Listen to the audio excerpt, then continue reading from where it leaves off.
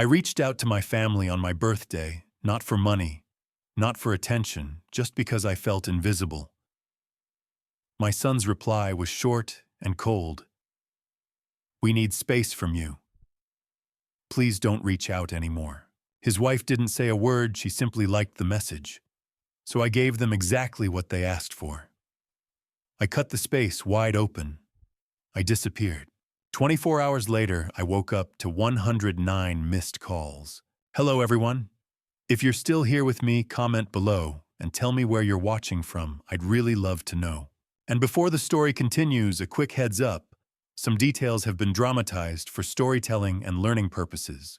Any similarity to real names or situations is coincidental, but the lesson behind this story is completely genuine. The wind off Lake Michigan whipped against the reinforced glass of my penthouse on the 45th floor. From up here, the Chicago winter looked like a beautiful frozen painting, but inside the silence was deafening. I sat alone at a dining table made of Italian marble that cost more than the average car, staring at a single vanilla cupcake I had bought from the bodega downstairs. One small blue candle flickered in the center, casting long dancing shadows across the empty room. My name is Conrad Sullivan. Today I turned 72. To the financial world, I am a ghost, a retired venture capitalist who vanished from Wall Street a decade ago with a portfolio that could buy small countries. But to my son Tyler and his wife Brittany, I am just a lonely retired old man living in a drafty rental apartment that eats up most of my pension. That was the lie I had carefully constructed. I wanted to be loved for who I was, not for the 7-figure trust fund I controlled. I wanted Tyler to build his own character, to struggle a little to understand the value of $1.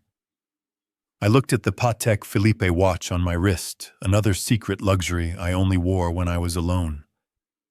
It was 7 o'clock in the evening.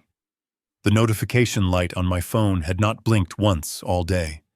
No calls, no texts, not even an automated email card. I took a sip of cold coffee and scrolled through social media. There they were.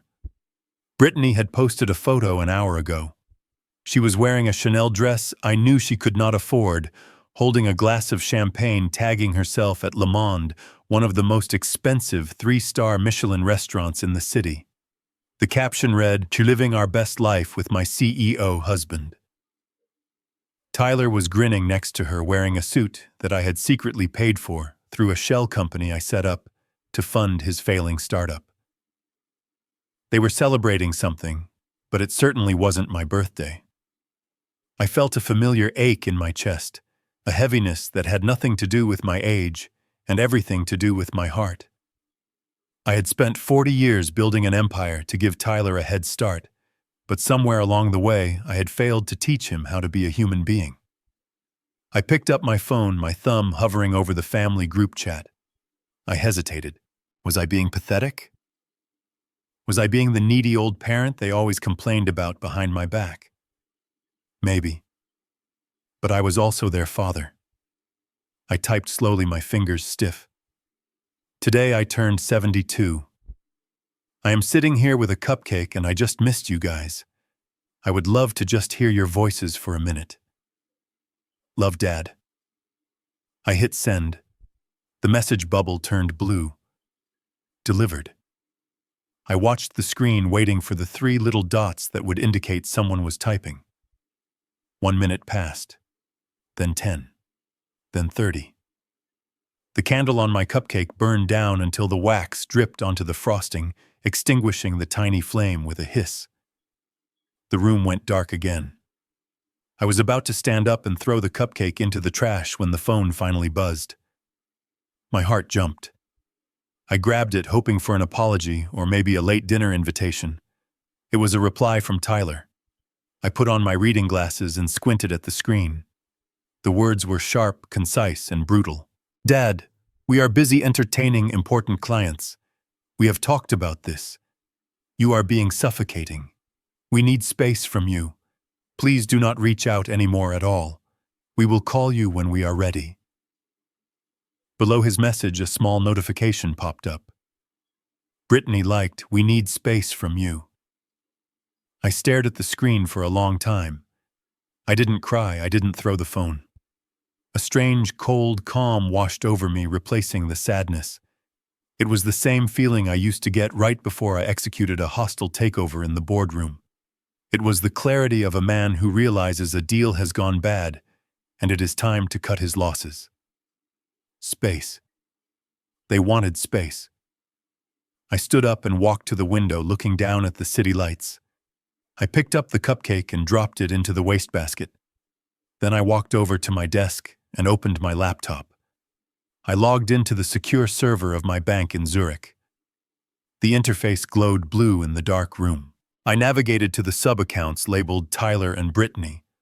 I looked at the monthly allowance of $50,000 that automatically transferred to cover their mortgage, their car leases, and their credit card bills. They thought this money came from Tyler's business profits. They thought they were self-made. I hovered the mouse over the button that said Active. If they wanted space, I would give them the biggest, coldest, most expensive empty space they had ever known. I clicked Deactivate.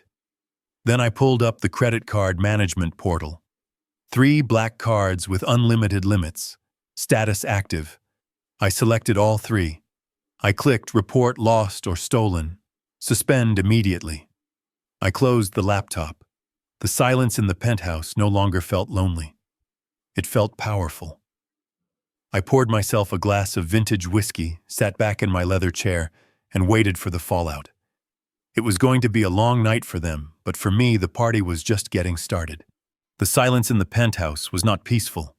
It was heavy like a physical weight pressing against my chest. 2 hours had passed since I sent that text. 120 minutes of staring at a screen that refused to light up. I watched the city lights of Chicago flicker below millions of people living their lives, connecting, laughing, while I sat in the dark with a stale cupcake and a heart full of foolish hope. I told myself they were just busy. I told myself Tyler was probably driving or in a meeting. I made excuses for them, just like I had done for 30 years. Then the phone buzzed. The sound was loud in the empty room, startling me. My hand shot out to grab it, a reflex born of desperation. The screen illuminated my face in the darkness. It was a message from Tyler. For a split second, relief washed over me. He had replied. He remembered. I put on my reading glasses, my fingers trembling slightly as I unlocked the phone. I expected an apology. I expected a late dinner invitation. I expected at the very least a happy birthday. I read the words once, then twice, then a third time, trying to make the sentences rearrange themselves into something that didn't feel like a knife twisting in my gut. Dad, we are busy entertaining important clients. We have talked about this. You are being suffocating. We need space from you. Please do not reach out anymore at all. We will call you when we are ready. The breath left my lungs in a sharp hiss. Suffocating. I was suffocating, I who had paid for his private schools, his Ivy League tuition, his first car, his second car, his wedding, and the roof over his head, who had stayed in the shadows so he could shine. Then a second notification pinged. A small heart icon. Brittany liked the message. That small digital thumbs up was the final blow. It wasn't just a rejection. It was a mockery. My daughter-in-law, the woman who posted photos of her perfect life funded by my wire transfers, was cheering on my own son's cruelty. They weren't just busy. They were annoyed by my existence. To them, I wasn't a father or a benefactor. I was a lingering obligation, a nuisance, an old man who didn't know his place. I sat there for a long time, the phone screen dimming and then going black in my hand. I waited for the tears to come. I waited for the crushing sadness that usually follows heartbreak. But it didn't come. Instead, something else happened. A coldness spread through my veins, freezing the pain instantly. It was a familiar sensation, one I hadn't felt since my days in the boardroom, when a competitor tried to hostilely take over my company. It was the absolute crystalline clarity of war. They wanted space. The irony was so sharp it almost made me laugh. They wanted distance from the man, but they had never once asked for distance from the money. They wanted the fruit, but despised the tree. I stood up and walked to the window, my reflection staring back at me against the night sky. The sad, lonely old man who had sat down at this table 2 hours ago was gone. In his place stood Conrad Sullivan, the man who once made Wall Street tremble. I looked at the phone one last time. If it was space they wanted, I would give them the vastest, coldest, most expensive vacuum they had ever experienced. I wouldn't block them out of anger. I would block them out of principle. And I would start by cutting the only cord that truly connected us, the one made of gold. I walked over to the heavy oak desk in the corner of the room, the only piece of furniture in the penthouse that I actually owned. It was solid, immovable, and scarred from years of work, much like the truth I had been hiding for a decade. I sat down and opened my laptop. The screen glowed to life, cutting through the shadows. I didn't open email or social media. I launched a secure browser and navigated to the portal of the Zurich Canton Bank. My fingers moved automatically, typing in a complex 30-character password I had memorized long ago. Then came the biometric scan. I pressed my thumb against the reader. A moment later, the screen flashed, "Access granted." Rows of numbers and diversified portfolios filled the display. To the world, and specifically to my son, I was Conrad Sullivan, the retiree who complained about the price of heating oil and drove a 10-year-old sedan. But on this screen, I was a portfolio worth over $50 million. I scrolled past the municipal bonds and the international equities until I reached the sub-account labeled Family Trust Beneficiary Tyler Sullivan. I stared at the number in the recurring transfer column. $50,000. Every single month on the first, that sum silently left my account and landed in Tyler's. For 5 years, he had believed this money was revenue from his tech startup, Technovation. He walked around with his chest puffed out, believing he was a self-made genius CEO who had conquered the market. He had no idea that his company's biggest client, the mysterious angel investor known only as Zeus, was actually his father sitting in the dark. I clicked on the transaction breakdown. It was a manifesto of their ingratitude. Mortgage payment for the 6-bedroom house in the suburbs, $12,000. Leases for the Porsche and the Tesla, $4,000. The automatic payment for Brittany's credit card, covering her influencer lifestyle, ranged between $15,000 and $20,000 a month. It was all there. The trips to Tulum, the designer handbags, the 3-star Michelin dinners. They weren't living the American dream. They were living on my lifeblood funded by my past sacrifices, while they treated me like a lingering ghost they wished would just disappear. We need space. The words echoed in my mind, mocking me. They wanted space from the man, but they had certainly never asked for space from the money. I looked at the cursor hovering on the screen. It was resting over a small green button that read, "Status active." My hand didn't tremble. The hesitation I had felt earlier, that nagging fatherly instinct to protect my boy from the harshness of the world, was gone. It had been incinerated by his text message. I was back in the boardroom now. I was looking at a failing investment, a project that was bleeding capital and producing zero returns. In business, you don't keep pouring water into a bucket with a hole in the bottom. You throw the bucket away. If they wanted space, I would give them the vacuum of space. Absolute freezing nothingness. I clicked the button. A dialog box popped up in the center of the screen. Warning. This will immediately suspend all scheduled transfers and freeze all linked credit lines. Are you sure I didn't look at the framed photo on the desk of Tyler at his graduation? I didn't think about the day he was born. I thought about the silence of my phone on my 72nd birthday. I thought about Brittany liking the message that told me to go away. I clicked yes. The screen refreshed. The green active button turned to a stark gray, suspended. I wasn't done. I navigated to the corporate holding accounts for Technovation. As the majority shareholder through my shell company, I had full administrative privileges. I located the operational expense account and the payroll funding. I selected freeze assets pending audit. I closed the laptop with a soft final click.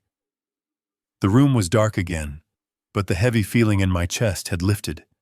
They were probably at dinner right now, ordering another bottle of vintage wine, laughing about how they had finally set boundaries with the suffocating old man. They had no idea that the credit card in Tyler's pocket was now just a piece of plastic, and the ground beneath their feet had already ceased to exist. While I sat in the darkness of my penthouse miles away in the glittering heart of the Gold Coast, the party at Le Monde was reaching a fever pitch. I knew this because Brittany, true to her nature, was broadcasting the entire spectacle to her 50,000 followers.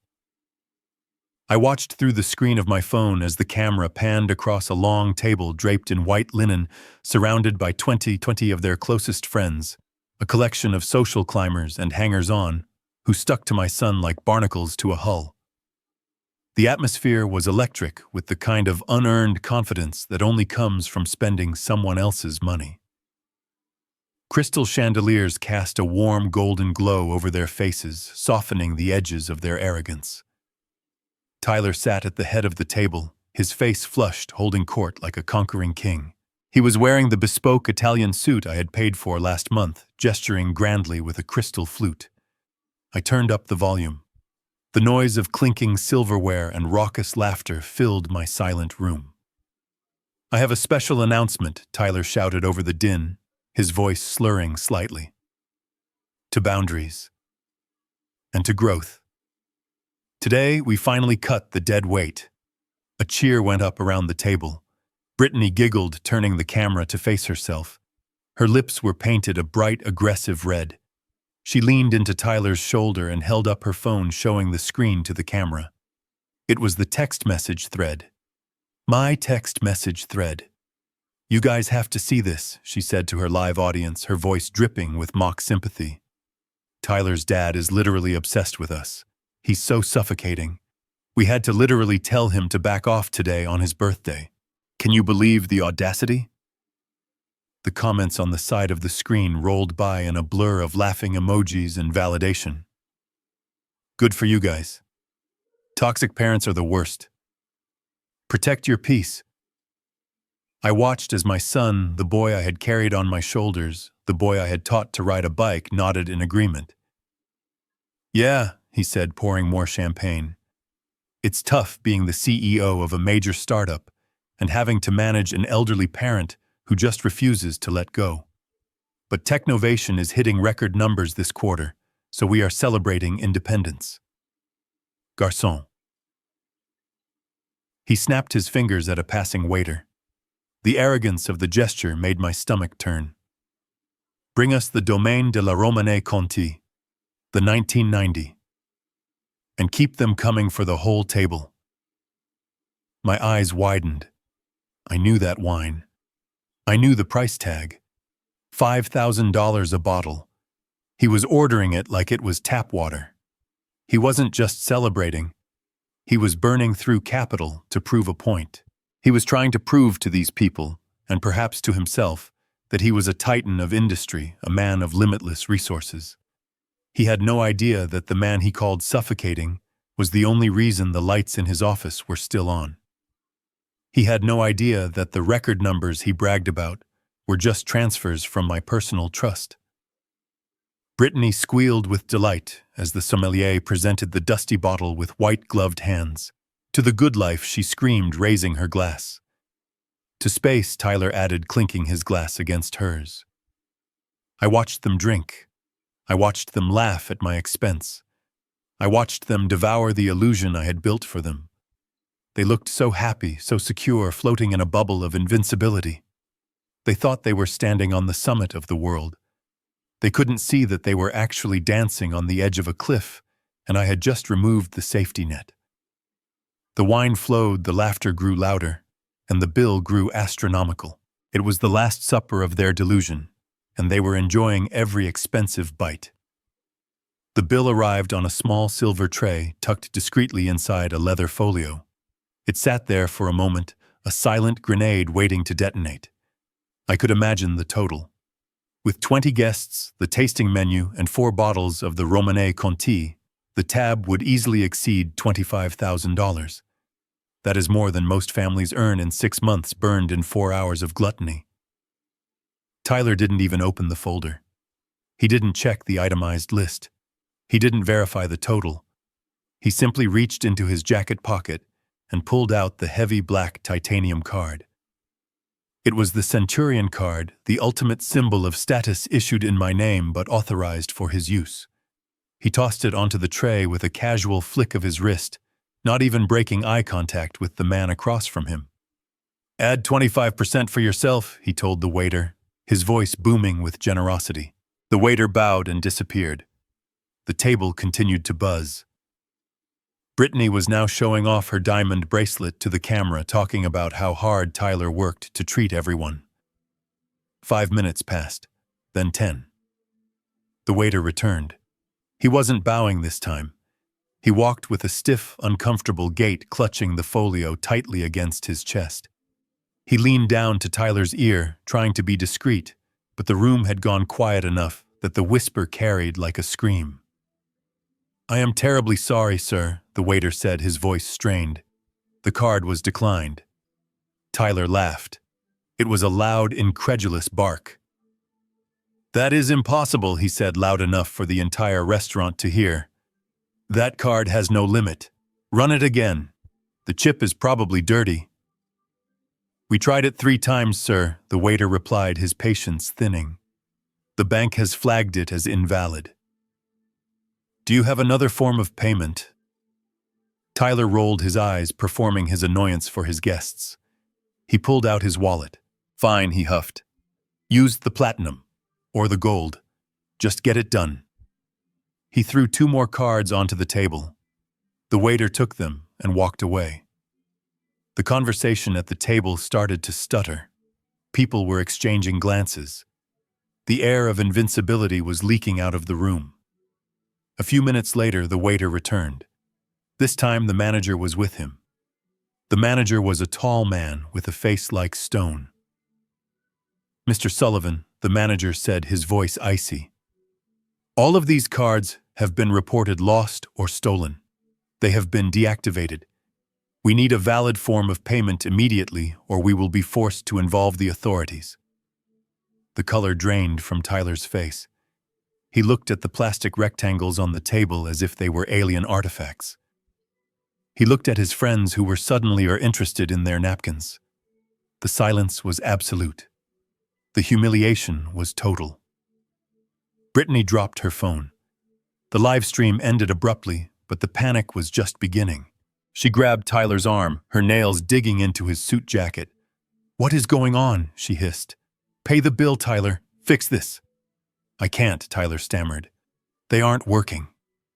Brittany's eyes darted around the room, seeing the judgment on the faces of the social climbers she tried so hard to impress. Panic overrode her pride. She fumbled for her phone, her trembling fingers dialing the one number she had sworn never to call again. She called me. I watched my phone on the desk light up. Brittany calling. The vibration buzzed against the wood. I let it ring. Once, twice, 3 times. I imagined her in that restaurant, sweating in her designer dress, the manager looming over them, the bill sitting there like a judgment.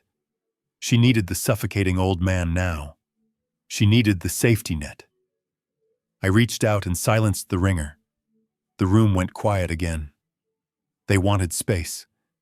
I was simply respecting their wishes. My phone stopped ringing. The screen went dark, returning the room to its peaceful, heavy silence. I did not pick up. I did not text back, asking if everything was okay. I simply let the call die, just like they had let our relationship die with a single text message. They wanted to be independent adults, and the first rule of adulthood is that you pay your own bills. Back at the restaurant, the reality of their situation was crashing down with the weight of a collapsing building. The 20 guests, the so-called friends, who had been cheering for Tyler's success 5 minutes ago, suddenly remembered they had early meetings, babysitters to relieve, and rides waiting outside. I knew exactly how it played out.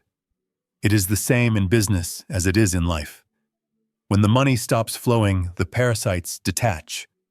One by one, they mumbled awkward apologies, avoiding Tyler's desperate eyes, and slipped out the door, leaving him alone with the manager and a bill that equaled the price of a mid-sized sedan. Tyler stood there sweating through his custom suit. He tried to argue. He tried to pull the "do you know who I am" card. But the manager, a man who had seen 1,000 pretenders come and go, was unimpressed. He did not care about Tyler's startup. He did not care about his Instagram followers. He cared about the $28,000 of food and wine that had been consumed. "If you cannot pay, sir," the manager said, his voice loud enough to silence the remaining diners, "I will call the police. Theft of services is a felony." The word felony hung in the air. Tyler looked at Brittany, who was sobbing into her napkin, her mascara running down her face in black streaks. She had no money. Her cards were extensions of mine. They were trapped. "I have a watch," Tyler whispered, his voice trembling. He fumbled with the clasp on his wrist. It was a Rolex Daytona, a masterpiece of Swiss engineering with a panda dial. I had bought it for him when he turned 30, engraving the back with the words, "Time is money. Use it wisely." He unclasped it and handed it over. The manager held it up to the light, inspecting it with a jeweler's eye. "It will serve as collateral," the manager said coldly. "But you will also sign a promissory note admitting to the debt, and you have 24 hours to return with cash, or the watch belongs to us, and we file charges." Tyler signed the paper with a shaking hand. He signed away his dignity. He signed away his pride. He left the restaurant not as a CEO, but as a man who had to pawn his father's gift just to escape a jail cell. He walked out into the Chicago night, the cold wind biting through his thin suit, while his wife trailed behind him, no longer recording, no longer smiling. They were alone. And for the first time in their lives, they were truly poor. It was 1 o'clock in the morning when I made the call that would dismantle my son's life. The city outside my penthouse window was a grid of sleeping lights, quiet and unsuspecting. But inside my chest, a war drum was beating. I stood by the glass looking at my reflection. I did not see a heartbroken father anymore. I saw a liquidator. I saw a man who had decided to close a bankrupt division of his own soul. I dialed the number for Kowalski. He was my personal attorney, a man with the legal ethics of a shark and the loyalty of a Doberman. He picked up on the first ring. He always did. Kowalski didn't sleep. He just waited for the next crisis. "Mr. Sullivan," his voice rasped, sounding like gravel grinding against concrete. "It is late. It is time, Kowalski." I said, my voice steady and cold. "I am activating the revocation clause, Clause 14 of the family trust." There was a pause on the other end, followed by the distinct click of a lighter. I could hear him inhale deeply. Clause 14. The nuclear option. "You are asking for a full asset recovery, Conrad. This means the house, the vehicles, the voting shares in the company. Everything. Once I file these motions, there is no going back." "Are you absolutely certain?" I looked at the empty table where my birthday cupcake had sat hours ago. I thought about the text message. "We need space." "I am certain," I replied. "I want it all back. Every single asset that is legally titled to me or the trust. I want the house in the suburbs secured. I want the Technovation shares frozen. And I want the vehicles repossessed, immediately." "Tonight?" Kowalski asked. "Before the sun comes up," I said. "I want them to wake up in a world that they actually own, which according to my calculations is absolutely nothing." "Consider it done," Kowalski said. "The repo teams are on retainer. I will send the notice of eviction by courier at dawn." I hung up the phone and poured the rest of my whiskey down the sink. I didn't need the drink to numb me anymore. The decision was the drug. Miles away in the quiet, affluent suburb where my son lived, the The silence of the winter night was broken by the low rumble of diesel engines. I wasn't there, but I knew the procedure perfectly. Two unmarked tow trucks rolled down the street, their amber lights flashing rhythmically against the snow-covered trees. They didn't use sirens. They didn't knock on the door. They were predators coming for their prey. The first truck backed into the driveway, positioning itself in front of the silver Porsche 911 Carrera. It was Tyler's pride and joy, the car he parked in the front spot at every valet stand, the car he revved at stoplights to make sure people looked at him. The driver hopped out, hooked the chains to the axle, and engaged the winch. With a mechanical whine, the German engineering was lifted into the air, dangling helplessly like a toy. The second truck went for Brittany's Tesla Model X, the white SUV she used as a backdrop for half of her social media videos. It was loaded up in less than 3 minutes. Inside the dark house, Tyler and Brittany were likely sleeping the deep, exhausted sleep of the deluded. They probably thought the restaurant incident was just a banking error, a glitch I would fix in the morning with a phone call and an apology. They didn't hear the chains rattling. They didn't see their status symbols being dragged away into the darkness, leaving nothing behind but empty oil stains on the concrete. The umbilical cord had been cut, and the harsh cold of reality was rushing in. The sun rose over Lake Michigan, a pale, icy blue illuminating the sharp edges of the Chicago skyline.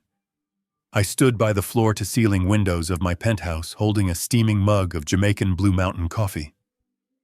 It was the kind of morning I usually spent reading the Wall Street Journal and worrying about whether my son had remembered to pay his property tax.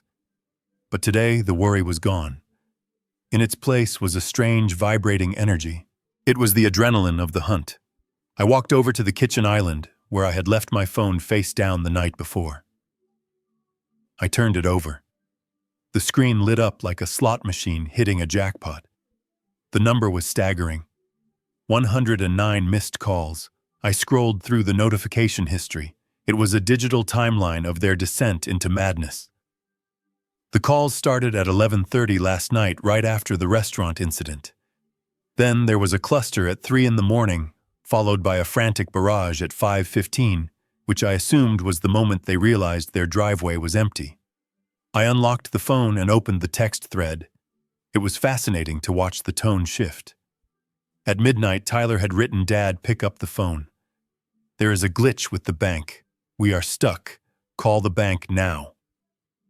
By 2 in the morning, the tone had shifted to aggression. "You are embarrassing us. Fix this immediately. If this is some kind of sick joke about the birthday text, it isn't funny." By 5:30, the panic had set in. The cars are gone. Someone stole the Porsche and the Tesla. "Dad, please answer. We called the police and they said the vehicles were repossessed. That is impossible. Call us back." And finally at 7 o'clock, a message from Brittany. "Please, Conrad. We are scared. We don't have cash for a cab. We are stranded. Just call us." I took a sip of my coffee, savoring the rich, dark flavor. I did not feel a twinge of guilt. I did not feel the urge to rescue them. For 30 years I had been their firefighter, rushing in to extinguish every flame they lit. Today, I was the one holding the matches. I did not text back. Texting was too informal, too intimate for the new relationship dynamic we had established. Instead, I walked to my laptop and opened my email client. I composed a new message addressed to Tyler and Brittany. Subject, respace. I typed slowly, ensuring every word was precise. "Dear Tyler and Brittany, I received your message yesterday regarding your need for space and independence. I have spent the night reflecting on your request, and I realized you are absolutely right. Boundaries are healthy. Independence is necessary. Therefore, effective immediately, I am granting you the total space you asked for. I have removed myself completely from your financial lives to ensure you have the freedom to succeed on your own merits without my suffocating influence. The cars, the house, and the allowance were clearly holding you back from your true potential. Per your request, I will not reach out anymore. I trust you will figure out the logistics of your new life. Respectfully, Dad. I read it over once. It was polite. It was professional. It was devastating. I hit send. Then I turned off my phone again. The hunt was over for the morning. Now it was time to watch them run. The silence in the 6-bedroom suburban mansion was different that morning. It wasn't the peaceful quiet of luxury. It was the dead, heavy silence of abandonment. Tyler woke up shivering. He pulled the Egyptian cotton duvet tighter around his chin, but the chill had already seeped into the mattress. He reached for the thermostat control on his bedside table, tapping the glass screen. Nothing happened. The display remained black. He sat up, his breath forming a visible cloud in the bedroom air. The radiant floor heating, usually set to a comfortable 72 degrees, was stone cold beneath his feet. "Brittany," he called out, his voice raspy from the stress of the previous night. "Is the power out?" From the master bathroom, a scream answered him. It wasn't a scream of terror, but of pure, spoiled frustration. Tyler ran in to find his wife wrapped in a towel, staring at the rainfall showerhead, with betrayal in her eyes. "There is no water," she shrieked. I turned the handle, and nothing came out. Not even a drip. I can't wash my face. I can't brush my teeth. What is happening? Tyler grabbed his phone. No Wi-Fi signal. The smart home system, which controlled everything from the blinds to the security locks, was offline. The house was dead. He navigated to his cellular data, desperate to check the utility accounts. But the realization hit him before the page even loaded. The utilities weren't in his name. They never had been. They were in the name of the Sullivan Family Trust. Dad, Tyler whispered the word, tasting like ash in his mouth. He cut the power. He cut the water. He ran out of the bedroom, down the grand staircase, and toward the garage. Brittany followed her heels, clicking frantically on the hardwood. They reached the door connecting the kitchen to the garage. Tyler hit the button for the automatic opener. Nothing. The power was out. He had to find the manual release cord in the dark, yanking it down with a curse before heaving the heavy door upward. The gray morning light flooded into the cavernous space, revealing absolutely nothing. The garage was empty. Where the silver Porsche 911 and the white Tesla Model X had been parked just hours ago, there were now only dry patches of concrete and the faint mocking smell of rubber. They were gone. It hadn't been a nightmare. It hadn't been a mistake. The tow trucks had come in the night, like thieves taking the symbols of their status while they slept. Tyler fell to his knees on the cold concrete. Brittany stared at the empty space, her hands covering her mouth. "How could he do this?" she sobbed. "He gave us those cars. They were gifts." But as Tyler looked around the freezing garage, a darker realization began to dawn on him. He scrambled to his feet and ran to the front door of the house. He threw it open. Taped to the heavy mahogany wood right at eye level was a bright orange document. It wasn't a note. It was a legal notice. Notice to vacate.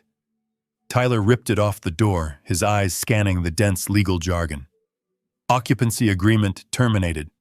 Property of the Conrad Sullivan Revocable Trust. Occupants have no lease, no title, and no rights of possession. Trespassing. He dropped the paper. He looked at Brittany, his face pale. "We don't own the house," he whispered, the horror making his voice tremble. "We never owned it. He told us it was a wedding gift, but he kept the deed in the trust. We are just guests, Brittany, and our reservation has just been canceled." It took them 45 minutes to cross the city. They arrived not in the sleek black Porsche or the pristine white Tesla, but in the back of a rattling rideshare sedan that smelled of stale pine air freshener. I watched the security feed from the comfort of my living room as the car pulled up to the curb. Tyler stepped out first, wearing yesterday's suit, which was now wrinkled and stained with sweat. Brittany followed, wrapped in a coat that cost more than the driver's car, but looking frantic and disheveled, her unwashed hair tucked hastily under a beanie. They marched toward the revolving glass doors of the pinnacle with the desperate entitlement of people who refuse to believe their key to the castle has been taken away. I saw Tyler reach into his pocket and pull out his platinum access fob. For 5 years, that small piece of plastic had been his magic wand. It opened the private gates called the elevator and granted him access to the rooftop lounge where he liked to impress his friends. He strode up to the security turnstile and tapped the fob against the reader, not even breaking his stride. The machine let out a harsh, low buzz. A red light flashed. Access denied. Tyler stopped, confused. He tapped it again, harder this time. Buzz. Red light. He looked at the device as if it had personally insulted him. Brittany pushed past him, holding her own fob, and slapped it against the sensor. The result was the same. The glass barriers remained firmly shut. The morning rush was in full swing. Bankers and lawyers in sharp coats were streaming past them, tapping their cards and flowing through the gates like water. Tyler and Brittany stood there like stones in a river, obstructing the flow, their confusion rapidly mutating into panic. "Hey, Tyler," shouted at the security desk. "Henry, open the gate. The system is down."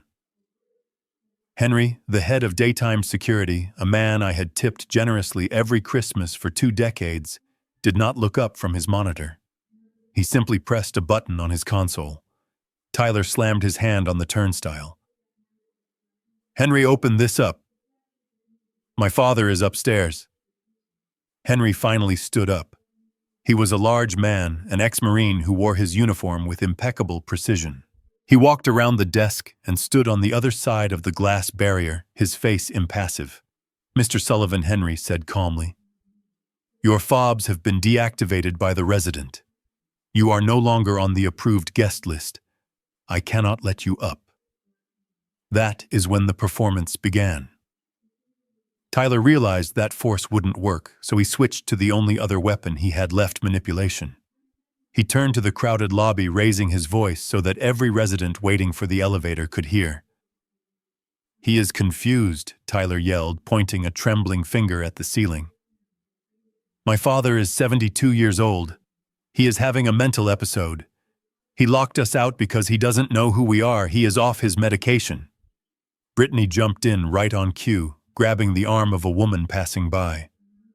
"Please, you have to help us. He is up there all alone.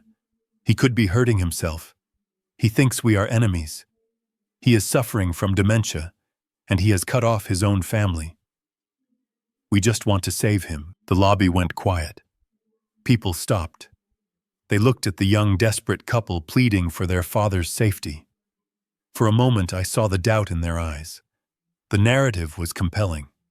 The loving son trying to reach his senile, paranoid father.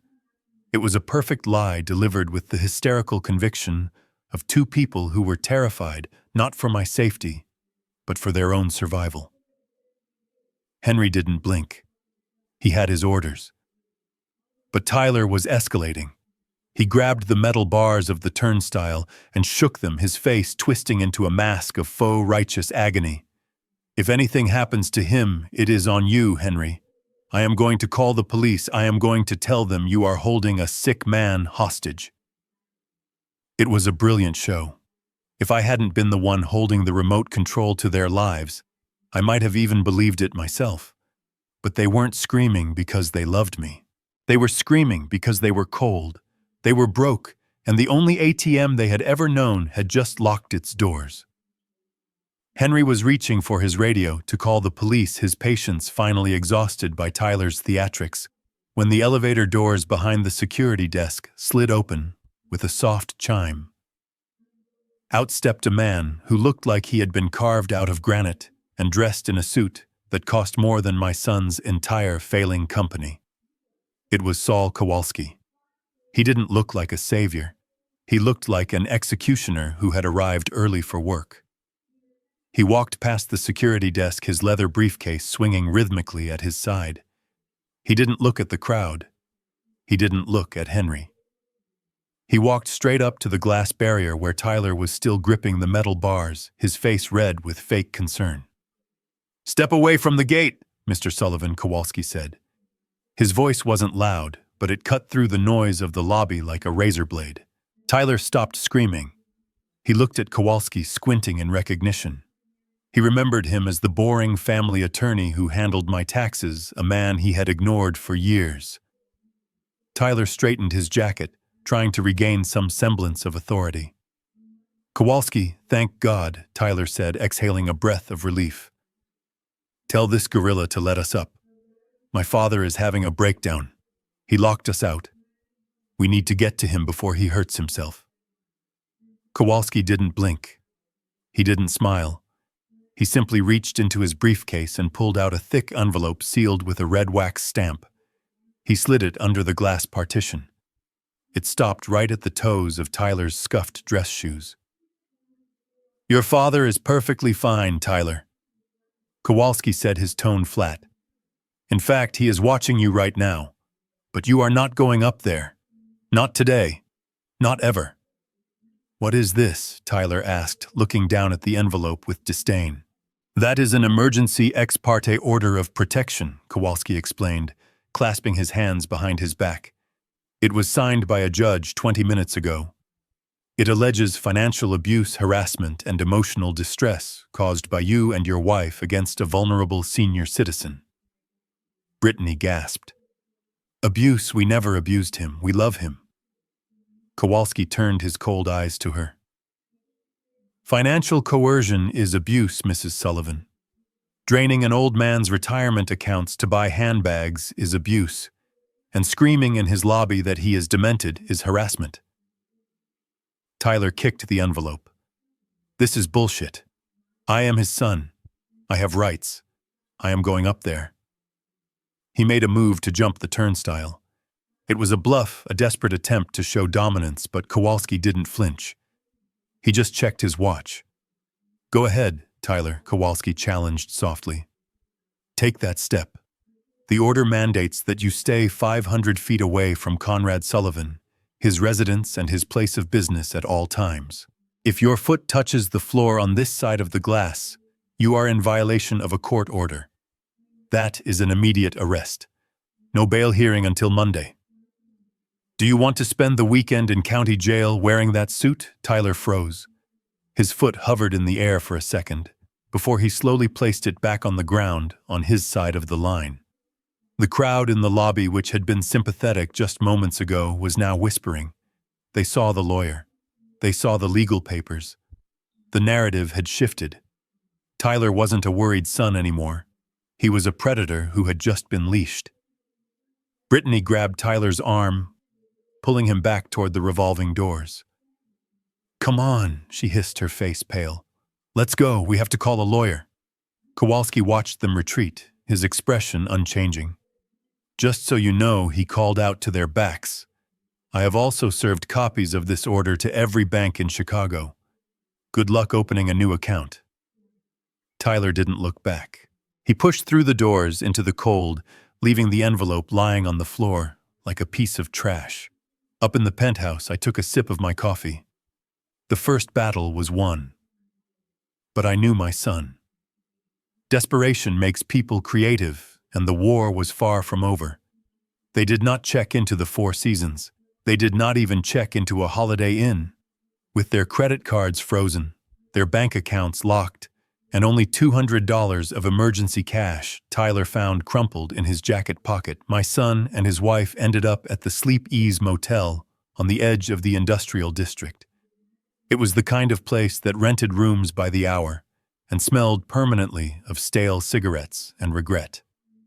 I can only imagine the shock to their systems. Just 24 hours ago, they were sleeping on 800 thread-count Egyptian cotton sheets. Now they were staring at a polyester bedspread patterned with cigarette burns. The neon sign outside their window buzzed with a dying epileptic flicker, casting a sickly red strobe light across the cramped room. Brittany stood in the center of the sticky carpet, refusing to take off her white Balenciaga coat. She looked like a swan trapped in a sewer. She stared at the bathroom door, which was hanging off its hinges, and then she turned to Tyler. The shock was wearing off, replaced by a venomous, panicked rage. "This is it," she screamed, her voice cracking.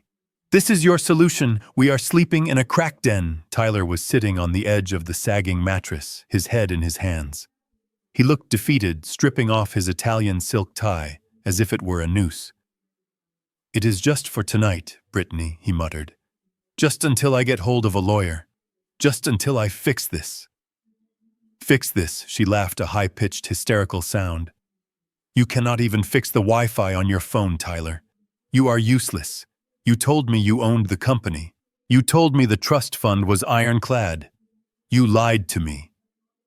"I did not lie," Tyler snapped, standing up to face her. The room was so small they were almost nose to nose. "Dad manipulated everything. He set us up." "Oh, blame your daddy," Brittany sneered. "That is all you ever do. You are 32 years old and you cannot buy a sandwich without his permission. I married a CEO, Tyler. I did not marry a charity case who drags me into a roach motel." The air in the room grew heavy with resentment. This was the first crack in their perfect, curated marriage. As long as the money was flowing, they were the perfect team united in their greed and entitlement. But without the grease of my wealth, the gears of their relationship were grinding together, sparking and screeching. Tyler glared at her, his face flushing red. "Maybe if you hadn't spent $15,000 on handbags last month, we would have some savings," he shouted. "Maybe if you didn't need a new outfit for every single Instagram post, we wouldn't be broke the second the tap ran dry." "You bled me dry, Brittany. I bled you dry," she screamed back, shoving him. "You encouraged it. You wanted the trophy wife. You wanted the image. Well, look at the image now, Tyler. We are homeless. We are nobodies. And it is entirely your fault because you were too stupid to secure the assets." She grabbed her purse and marched into the tiny bathroom, slamming the door so hard that a piece of plaster fell from the ceiling. Tyler kicked the nightstand, sending the cheap plastic lamp crashing to the floor. He sat back down on the bed, burying his face in his hands again. The buzzing neon light flickered on and off, illuminating a man who was realizing for the first time that he brought absolutely nothing to the table but his last name. And right now, that name wasn't worth the price of a cheap motel room. The silence that followed their argument was thick and suffocating, broken only by the rhythmic dripping of a leaky faucet in the bathroom. Tyler sat on the edge of the bed, staring at the stained carpet, his mind racing like a rat in a trap. He needed a way out. He needed a solution that did not involve getting a job or apologizing, because both of those options were beneath him. He replayed the events of the last 24 hours in his head. The text message, the eviction, the lawyer in the lobby. Suddenly, he stopped. He remembered what he had shouted in the lobby of the Pinnacle. He is confused. He is having a mental episode. A slow, cold smile spread across his face. It was the smile of a man who had just found a weapon in the mud. "Brittany," he said, his voice low and steady. "Come out here." Brittany emerged from the bathroom, her eyes puffy and red. She looked at him with exhaustion. "What do you want, Tyler?" "If you're going to tell me to calm down again, I am leaving." "I am not going to tell you to calm down," Tyler said, standing up. "I am going to tell you how we get it all back. The house, the cars, the money, everything." Brittany crossed her arms, skeptical. "How you just said we are blocked. The lawyer said we would go to jail if we got close to him." "We are looking at this the wrong way," Tyler explained, pacing the small room. "We are acting like victims of a mean father. But what if we change the narrative? What if we are the victims of a sick father?" Brittany frowned. "He isn't sick, Tyler. He is sharper than both of us combined." "It does not matter what he is," Tyler snapped. "It matters what we can prove. Think about it. He is 72 years old. He lives alone. He has no other family. And out of nowhere, he makes a massive, irrational financial decision that destroys his only son's life. He cuts off contact. He acts paranoid. To an outsider, that does not look like punishment. that looks like dementia. He paused, letting the word hang in the air. Dementia. If we can prove he is mentally incompetent. Tyler continued, the excitement building in his voice, then his decisions are legally void. The eviction, the frozen accounts, the restraining order, all of it gets thrown out. The court will have to appoint a legal guardian to manage his estate. A conservator. Brittany's eyes widened as the realization hit her. Conservatorship. Like they do with celebrities who lose their minds. Exactly, Tyler said. And who is the most logical choice to be his guardian, his only son? If I get conservatorship, I become Conrad Sullivan. I control the trust. I control the bank accounts. I control him. We can put him in a nice facility somewhere very quiet and very far away, and we move back into the house. We get our lives back, Brittany, and we get to be the heroes who saved him from himself. But we need a doctor. Brittany whispered, the fear mixing with greed in her eyes. A judge will not just take our word for it. Tyler reached for his phone, scrolling through his contacts until he found a name from his past, a man who had helped him get a prescription for painkillers when he did not really need them. Doctors are just people, Brittany, Tyler said darkly, and people can be persuaded. We just need to find one who likes money as much as we do. He hit the call button. The desperation in the room had shifted into something far more sinister. They were no longer just spoiled children throwing a tantrum. They were conspirators plotting to strip a man of his freedom. The call was made from the cramped, moldy bathroom of the Sleep Ease motel, with the exhaust fan rattling overhead to mask the conversation. Tyler sat on the closed lid of the toilet, his knees bouncing nervously as the phone rang. He was dialing Dr. Aris Thorne, a man whose medical license was less of a credential and more of a shield for his criminal activities. Thorne was a concierge doctor for the city's elite, the kind of physician who didn't ask why you needed a prescription for high-grade opioids or why you had a bruise that matched the shape of a golf club. He was a man who understood that truth was a flexible commodity, provided the price was right. Thorne answered on the second ring, his voice smooth and detached, like he was discussing a dinner reservation rather than a conspiracy. Tyler didn't waste time with pleasantries. He knew that men like Thorne smelled desperation, the way sharks smell blood.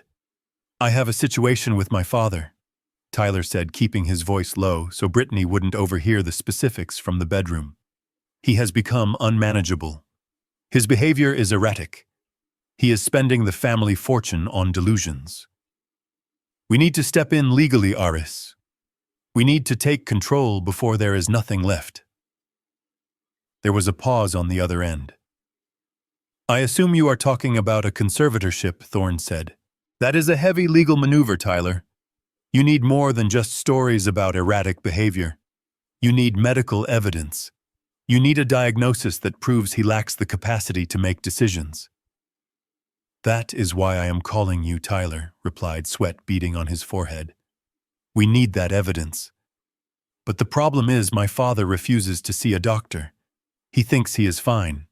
So we need a doctor who is willing to look at the history and make a professional assessment without the patient being present.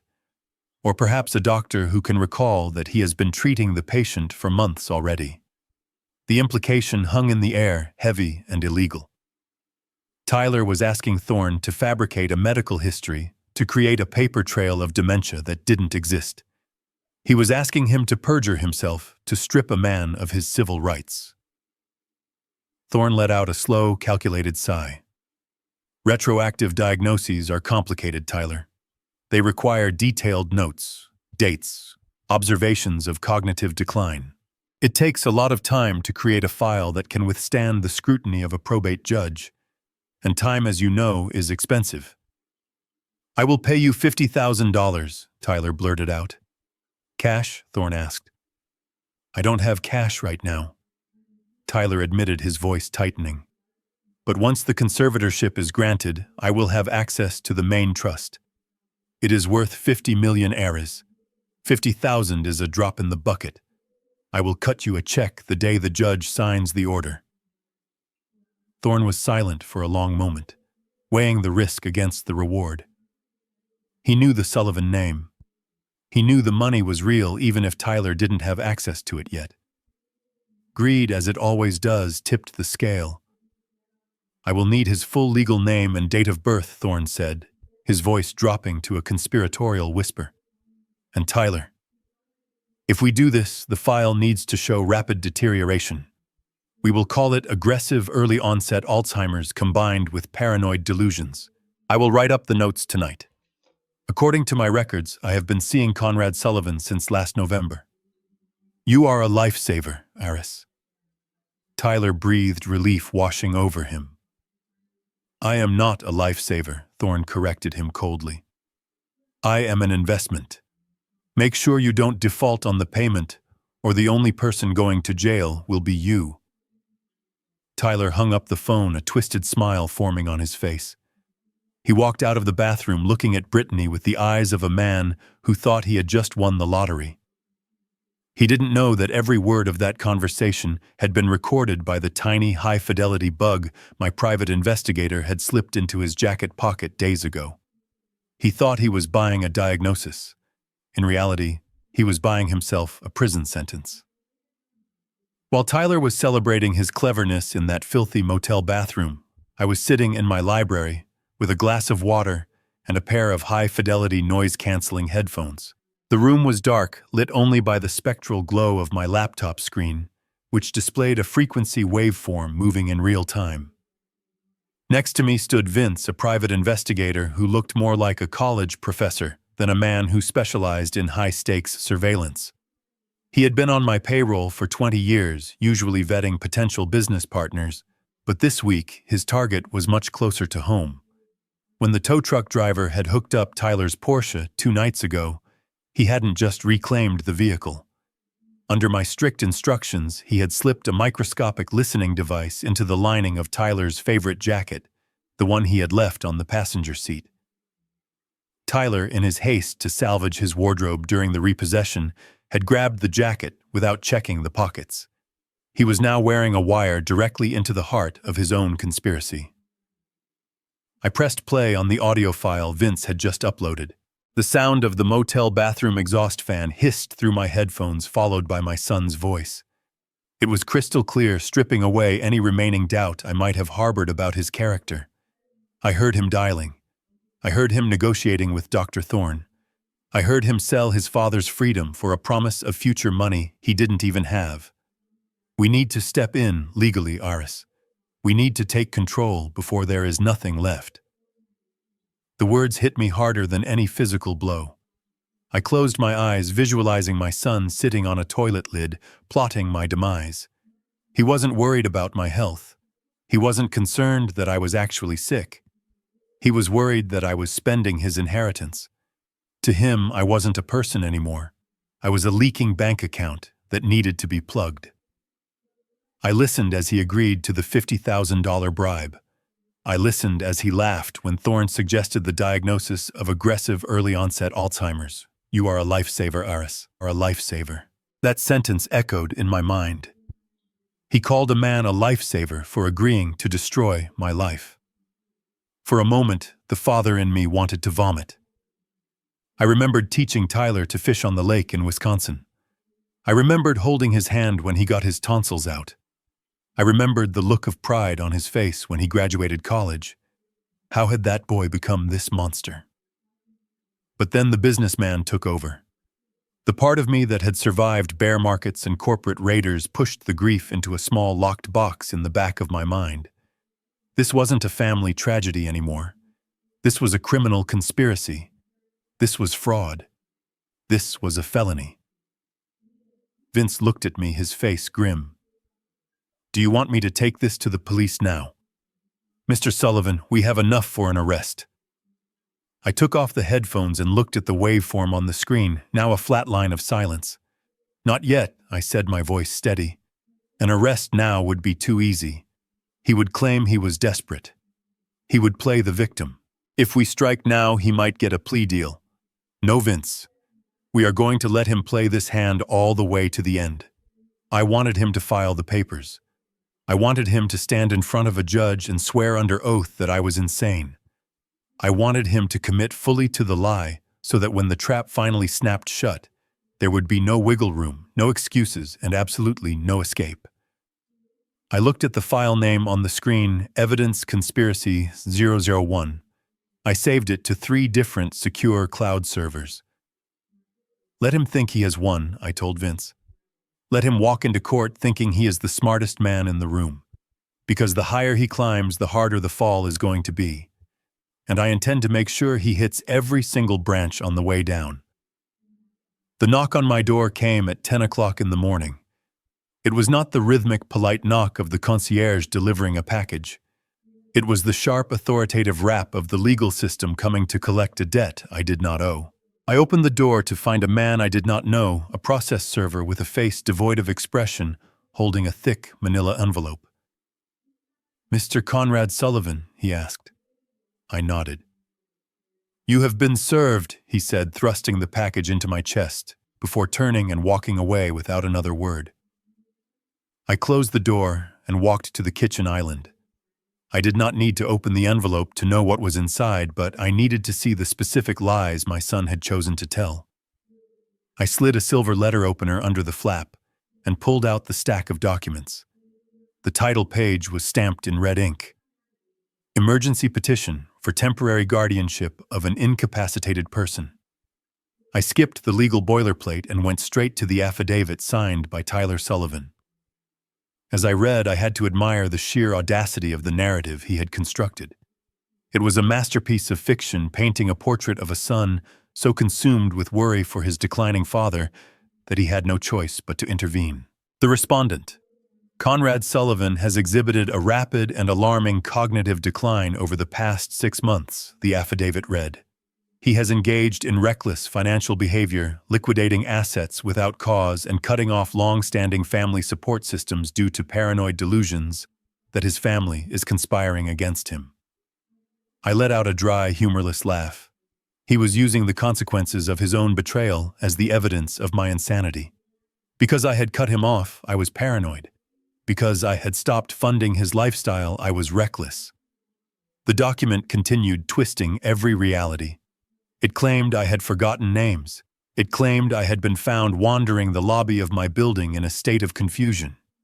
It even referenced a fabricated incident where I supposedly left a gas stove running a lie clearly planted to establish that I was a physical danger to myself.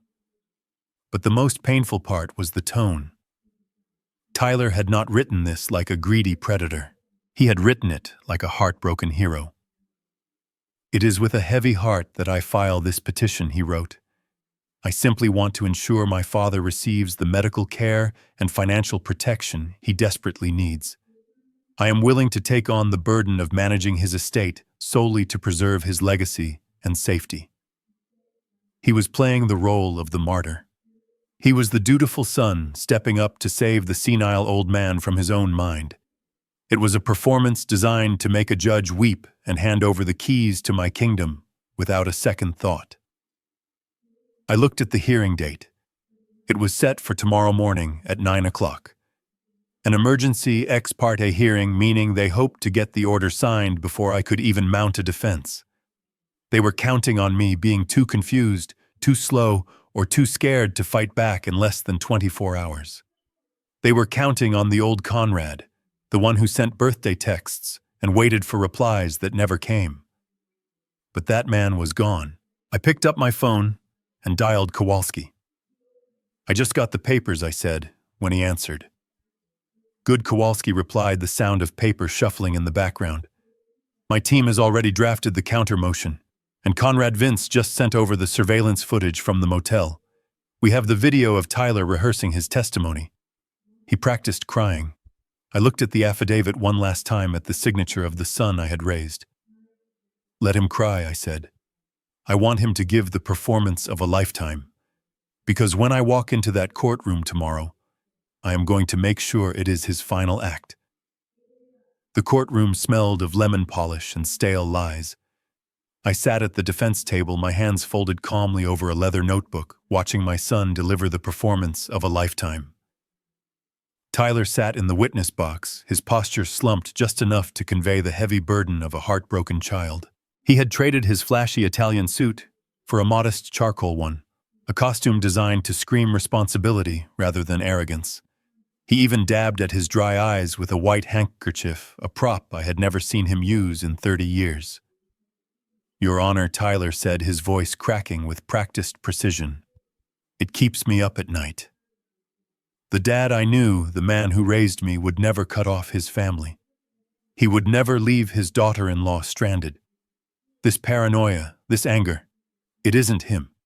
It is the disease talking." He looked at the Judge Marilyn Sterling, with pleading eyes. "I don't care about the money. I really don't. I just want him safe. Last week I found him wandering the lobby of his building screaming at the security guard about spies. He left the gas stove on for 2 days. If we hadn't stopped by, he could have burned the whole building down." I sat frozen, marveling at the audacity. The gas stove incident was a complete fabrication, a lie planted to establish that I was a physical danger to myself and others. But to an outsider, it sounded terrifyingly plausible. Judge Sterling leaned forward, her expression softening into sympathy.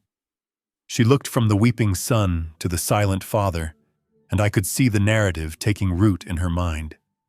To her, I was just another stubborn senior citizen in denial, and Tyler was the loving son trying to prevent a tragedy. Then came the closer. Dr. Eris Thorne took the stand. He walked with the confident stride of a man who had sold his integrity long ago. He adjusted his rimless glasses and opened a thick medical file, a file that had been created out of thin air less than 48 hours ago.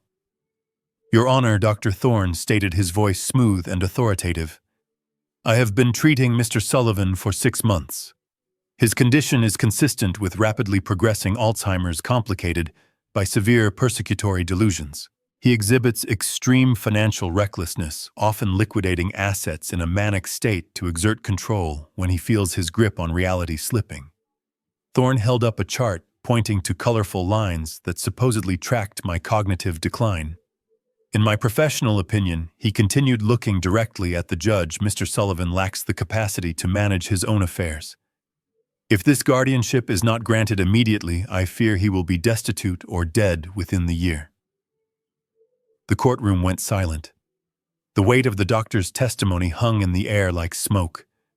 Judge Sterling turned her gaze toward me. It wasn't a look of judgment anymore. It was a look of pity. That was the worst part. She was looking at me like I was already gone, a shell of a man who needed to be managed by the very people trying to rob him. "Mr. Sullivan," the judge said softly, "do you have any response to this testimony? Do you understand why your son is asking for this authority?" I stood up slowly. I buttoned my jacket. I did not look at the judge. I looked at Tyler. He had stopped crying. He was watching me from the plaintiff's table, and for a split second, the mask slipped. A tiny triumphant smirk played on his lips. He thought he had done it. He thought he had checkmated the old man. He had no idea that I wasn't playing chess. I was playing poker, and I was about to show my cards. I stood up from the defense table, not with the shaky frailty my son had just described, but with the fluid, calculated precision of a man who had spent 40 years closing deals that shaped the national economy. The silence in the courtroom shifted instantly from pity to confusion. They were expecting a confused geriatric in a cardigan, mumbling about lost keys and forgotten names. Instead, they were looking at a predator in a $10,000 bespoke Brioni suit, the fabric dark as midnight and sharp enough to cut glass. I adjusted my silk tie, feeling the eyes of the room adjust to this new reality. I saw Tyler's smirk falter. He blinked, unsure of what he was seeing. He had convinced himself so thoroughly of his own lie that seeing the truth standing 6 feet tall in front of him must have felt like a hallucination. I didn't say a word. I didn't need to. In my world, the person who speaks first loses. I simply turned my gaze toward Judge Sterling. I held her eyes, letting her see the clarity, the focus, and the icy intelligence that burned there. There was no fog of dementia. There was only the cold, hard steel of resolve. The bailiff, who had been leaning casually against the wall, straightened up. The court stenographer paused, her fingers hovering over the keys. The air in the room grew heavy, charged with the electricity of a storm about to break. I walked slowly around the table, my Italian leather shoes making a rhythmic, authoritative click against the floor. I stopped directly in front of Dr. Thorne. The good doctor who moments ago had been pontificating about my cognitive decline suddenly looked very small. He swallowed hard, his Adam's apple bobbing nervously as he avoided my gaze. He knew. In that split second, he knew he had bet on the wrong horse. I turned back to the judge, offering a single respectful nod. Then I looked at my lawyer, Saul Kowalski. He was sitting with his arms crossed, a shark waiting for the water to fill with blood. I didn't give a verbal command. I just raised 2 fingers slightly, a gesture I had used for decades to signal the execution of a hostile takeover. Kowalski stood up. He didn't rush. He picked up a remote control and a flash drive with the slow deliberation of an undertaker.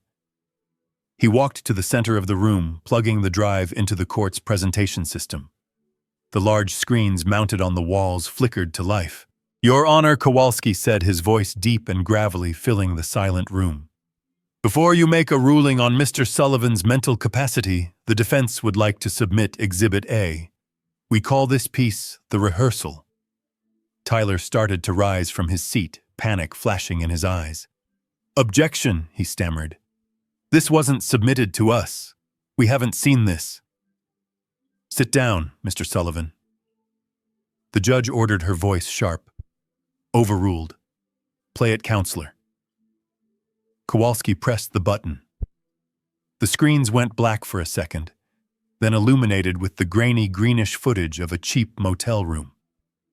The sound of a bathroom exhaust fan filled the sophisticated acoustic space of the courtroom. And then my son's voice, clear and damning, echoed off the mahogany walls. The trap was sprung, and the old wolf was watching it close. The video on the large courtroom monitors was grainy shot from a hidden angle that captured the entire cramped interior of the motel room. The contrast between the polished mahogany of the courtroom and the stained, peeling wallpaper on the screen was jarring. The audio hissed with static for a moment, before snapping into terrifying clarity. It was the sound of my son, the boy I had taught to ride a bike, pacing back and forth like a caged animal. On the screen, Tyler was shirtless, sweating, holding a bottle of cheap vodka. Brittany was sitting on the edge of the bed, filing her nails, looking bored.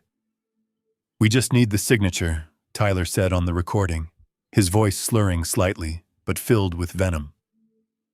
"Once Thorne signs the affidavit, we get the emergency order. We take control of the accounts by Friday." "But what if he fights it?" Brittany asked in the video. "What if he hires lawyers?" "He won't," Tyler scoffed, taking a swig from the bottle. "We cut off his money. We cut off his transport. He is trapped in that penthouse. By the time he realizes what is happening, I will be his legal guardian. I will put him in that state facility in Gary. The one with the locked ward. He will be too medicated to call anyone." The courtroom was so silent, you could hear the hum of the air conditioning. Judge Sterling was leaning forward, her eyes wide, her mouth set in a hard line. Tyler, sitting at the plaintiff's table, had turned the color of ash. He wasn't crying anymore. He was staring at his own digital ghost, watching his carefully constructed mask disintegrate frame by frame. Then came the line that sucked the air out of the room. On the screen, Tyler stopped pacing and looked directly at Brittany. "Honestly, it would be better if the old man died soon," he said, his voice dropping to a cold whisper. "Ideally, the stress gives him a heart attack. If he kicks the bucket next month, we bypass the guardianship and go straight to probate. I need that money to pay off the loan sharks, Brittany. If I don't give them $2 million by the first of the month, they are going to break my legs. So yeah, if he dies, it solves everything." Kowalski pressed a button and the screen went black. The echo of my son wishing for my death seemed to bounce off the walls. For 10 seconds, nobody moved. The court reporter had stopped typing, her hands hovering over the keys in shock. The bailiff was glaring at Tyler with open disgust. I looked at the judge. The pity she had felt for the weeping son 5 minutes ago had evaporated, replaced by the cold fury of a woman who realizes her court is being used as a weapon for murder. Tyler stood up, knocking his chair over. "That is out of context," he screamed, his voice high and hysterical. "That is... They faked it. That isn't me. Sit down, Mr. Sullivan." "Judge." Sterling slammed her gavel down so hard it sounded like a gunshot. Her voice wasn't soft anymore. It was thunder. "You will sit down and you will be silent, or I will have you gagged."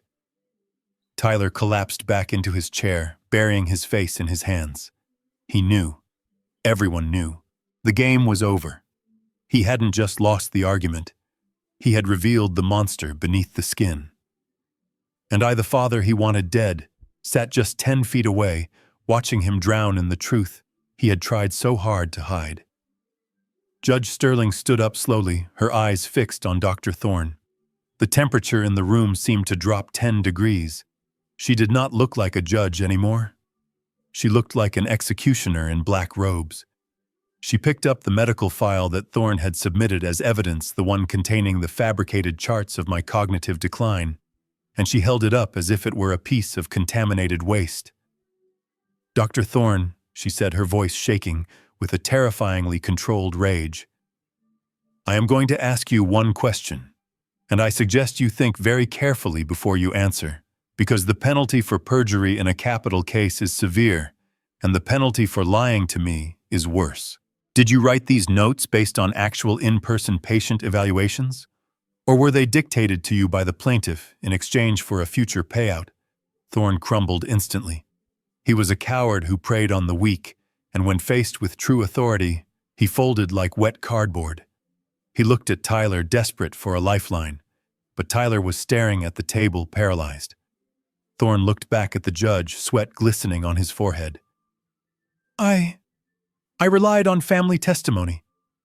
"Your Honor," Thorne stammered, his voice barely a whisper. "I was led to believe." "So you lied?" the judge snapped, cutting him off. "You submitted a sworn affidavit to this court based on hearsay and greed. Bailiff, take Dr. Thorne into custody. I am holding him in contempt of court. And clerk, send a certified transcript of this hearing immediately to the State Medical Board with my personal recommendation for the immediate revocation of his license.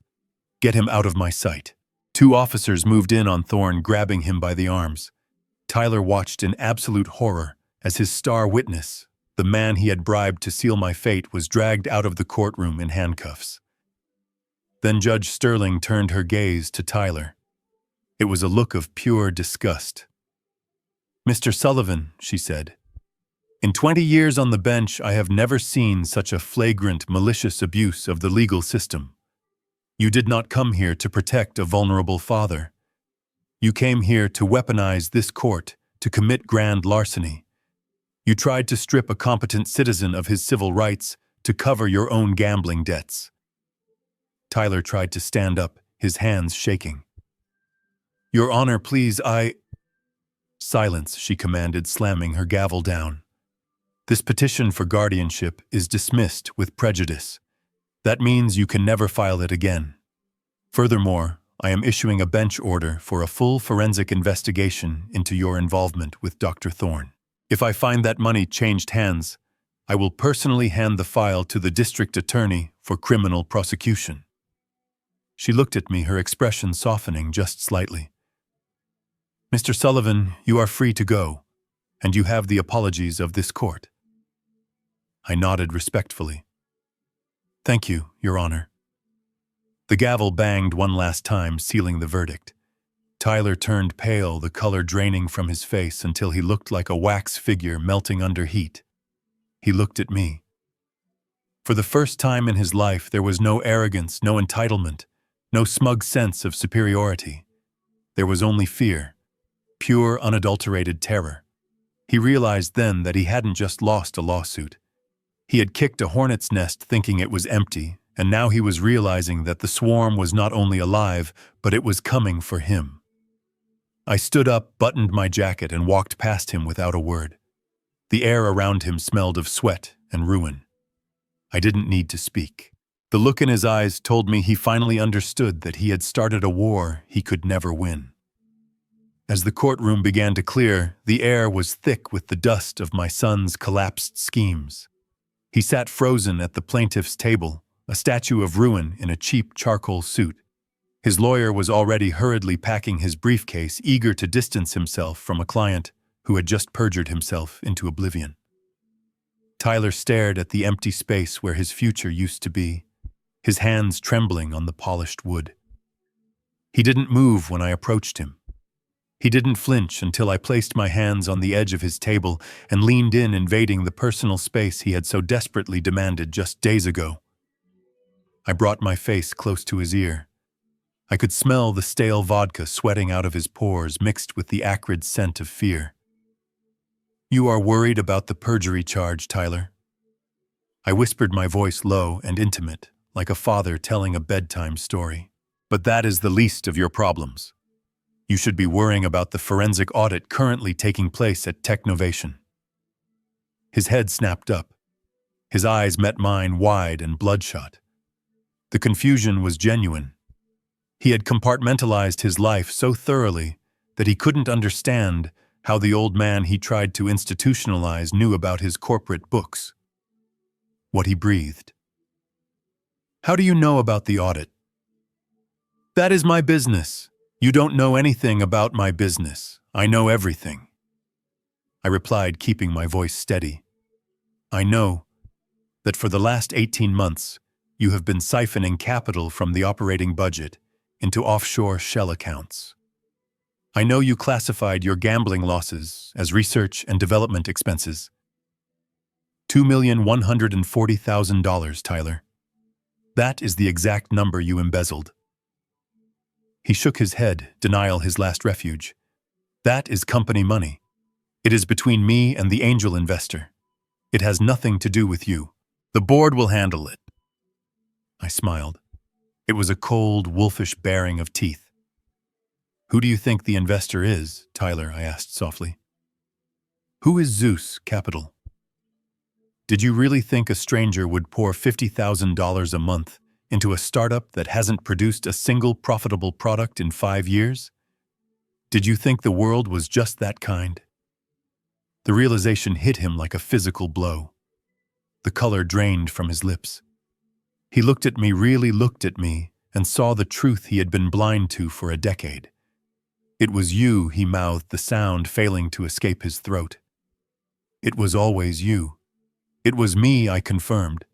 "I was the one keeping the lights on. I was the one funding your ego trip. And that means you didn't just steal from a faceless corporation to pay your bookies. You stole from me. Again. And unlike a father, a defrauded majority shareholder doesn't offer forgiveness. He files federal charges for wire fraud and embezzlement." I straightened up and buttoned my jacket, looking down at the man who had tried to erase me. "Run, Tyler," I said. "But don't run home. The FBI is already waiting for you in the lobby." He didn't make it to the revolving doors. Tyler was walking fast, his head down, clutching his briefcase to his chest, as if it contained the fragments of his life, but he was moving blindly. He pushed through the heavy oak doors of the courtroom and into the cavernous marble atrium of the federal building, desperate for the cold air of the street, desperate to call his broker, desperate to find a way to spin this disaster. But the lobby wasn't empty. Standing directly in his path, flanked by the pillars of justice he had tried to manipulate, were 2 men in dark, ill-fitting suits. They weren't court security. They weren't local police. They had the distinct, terrifying stillness of federal agents. Tyler stopped. He tried to sidestep, to weave around them like he was dodging a pedestrian on a busy sidewalk, but they moved with him, blocking his path with practiced efficiency. One of them, a man with graying hair and eyes that had seen every variety of white-collar criminal, reached into his jacket. He didn't pull a gun. He pulled a badge. "Tyler Sullivan," the agent said, his voice echoing slightly in the high-ceilinged space. I am Special Agent Miller with the FBI Financial Crimes Division. We have a warrant for your arrest. Tyler let out a sound that was half laugh, half sob. This is a mistake, he stammered, looking around at the people passing by, lawyers and clerks who were stopping to watch the spectacle. My father is confused. This is a family dispute. It is a civil matter. It is not civil, Mr. Sullivan, the agent corrected him, stepping forward to close the distance. You are being charged with 18 counts of wire fraud securities, fraud and embezzlement, involving the misappropriation of investor funds from Technovation Solutions. He reached out and took the briefcase from Tyler's trembling hands, handing it to his partner. Then he pulled out a pair of steel handcuffs. Turn around and place your hands behind your back. I stood at the top of the marble staircase, watching the scene unfold below. Kowalski stood next to me, checking his watch. You sent the files? I asked quietly. Sent, received, and processed, Kowalski confirmed. The forensic audit of his startup accounts showed the transfers going directly to offshore sports betting sites. It took the feds about 20 minutes to get a judge to sign the warrant. They don't like it when startup CEOs treat investor capital like a personal piggy bank. Down below, the metal cuffs clicked shut around my son's wrists. The sound was sharp and final. Tyler looked up then. He scanned the balcony level until his eyes locked onto mine. There was no anger left in his face, just a hollow, gaping shock. He realized finally that I hadn't just cut him off. I had handed him over to the only entity more unforgiving than a disappointed father, the United States government. He was processed that afternoon. Because the charges were nonviolent financial crimes, and because his assets were already frozen, the magistrate granted him bail, but with strict conditions. He had to surrender his passport. He had to wear a GPS ankle monitor, and he was confined to his registered residence. The irony was perfect. His registered residence was no longer the 6-bedroom mansion in the suburbs. He had been evicted from there. His residence, according to his latest filing with the court clerk, was room 104 of the Sleep Ease Motel.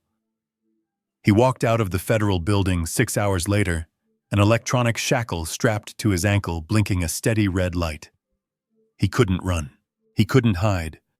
He couldn't leave the city limits. He was trapped in a cheap motel room with a wife who despised him, waiting for a trial that would almost certainly end in a prison sentence. I watched him get into a taxi from across the street. His shoulders slumped, a broken man heading back to a life he had built with his own arrogance. The space he had asked for had become a cage. While my son sat on the edge of the motel bed, staring at the blinking red light of his ankle monitor, Brittany decided it was time to launch her counteroffensive. She did not choose the courtroom or the police station. She chose the only court where she felt she could still win, the court of public opinion. I received a notification on my phone at 8 o'clock that evening. Brittany Lifestyle is Live the Truth About My Family. I clicked the link. The screen filled with her face. She had stripped off the designer makeup, pulled her hair back into a messy bun, and positioned herself so the peeling wallpaper of the motel room was clearly visible in the background. She had set up a ring light, the glare reflecting in her eyes, which were already wet with fresh manufactured tears. Hey guys, she whispered, her voice trembling. I know I haven't posted in a few days.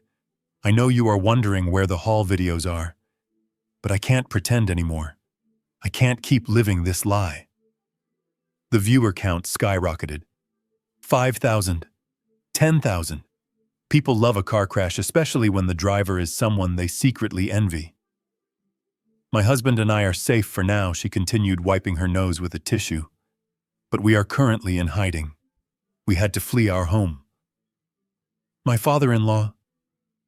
She paused for dramatic effect, letting a single tear roll down her cheek. He is a monster. For years he has controlled us. He used his money to manipulate us. He told me what to wear. He told Tyler who he could be friends with. And when we finally stood up to him, when we finally said we wanted to be independent, he destroyed us. I watched, fascinated by the performance. It was a masterclass in victimhood. She didn't mention the embezzlement. She didn't mention the credit card fraud. She painted a picture of a tyrannical patriarch punishing his children for daring to breathe without his permission. He cut off our food money, she sobbed.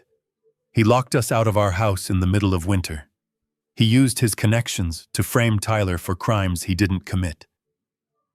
That is why we are in this motel. That is why we have nothing. We are terrified. We are starving. He wants to break us because he can't own us anymore. The comments section exploded. It was a digital riot. What a psycho, we need to find him. Drop his address, Queen. Let's cancel this old man. Nobody hurts our Brit. She was inciting a mob. She was weaponizing 50,000 strangers against me. She leaned into the camera, her voice dropping to a conspiratorial whisper. I don't know what he is going to do next. He has so much power. But I have you guys. Please share this. Let the world know who Conrad Sullivan really is. Don't let him get away with abusing his family. She ended the stream, leaving a black screen and a comment section burning with hatred. I sat in my penthouse looking at the vitriol pouring in. They were calling for my head. They were threatening to find my building. They were doxing me based on old business records.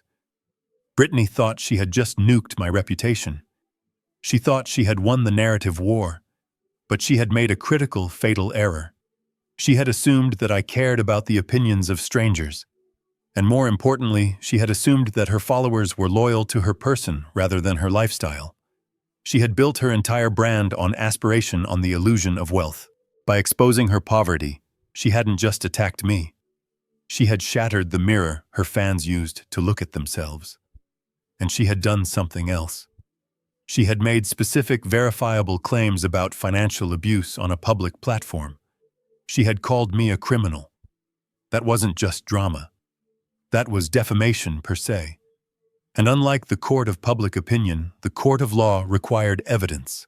I picked up my phone and dialed Vince. Get the recording of that live stream I ordered. Save the comments. Save the viewer metrics. And Vince, call the ad sales department of the streaming platform. I want to buy a primetime ad slot. It is time to show the world the receipts. I did not reply in the comments section. Engaging with a mob in the comments is like trying to put out a fire with gasoline.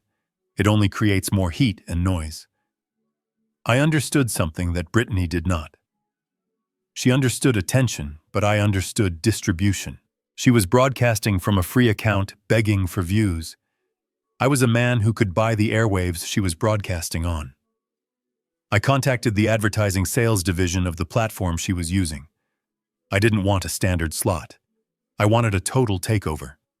I purchased a targeted campaign specifically designed to appear on the screens of every single person who followed the channel, Brittany. Lifestyle. I paid a premium for immediate placement. Within 2 hours, my response was ready. It was not a video of me crying. It was not a video of me denying the allegations. It was a video of data.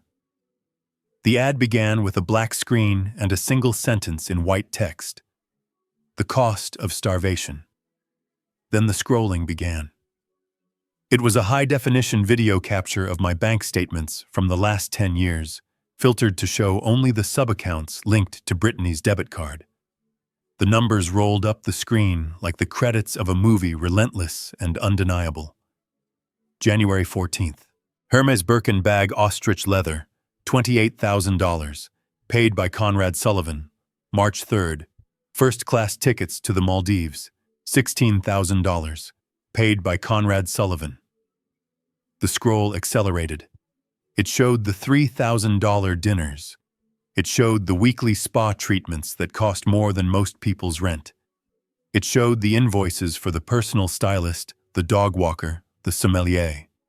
It was an avalanche of consumption. At the bottom of the screen, a running total ticked upward in real time, spinning faster and faster until it locked onto the final number. $3,420,000. The text faded in again. This is not abuse. This is an allowance. The bank of Dad is closed. I hit the launch button. Across the city, thousands of phones lit up. The young women who had just been crying over Brittany's tragic story of poverty suddenly saw the receipts. They saw the lie. The internet is a volatile beast, but there is one thing it hates more than a villain, and that is a fraud. The tide turned instantly. I watched the metrics shift in real time.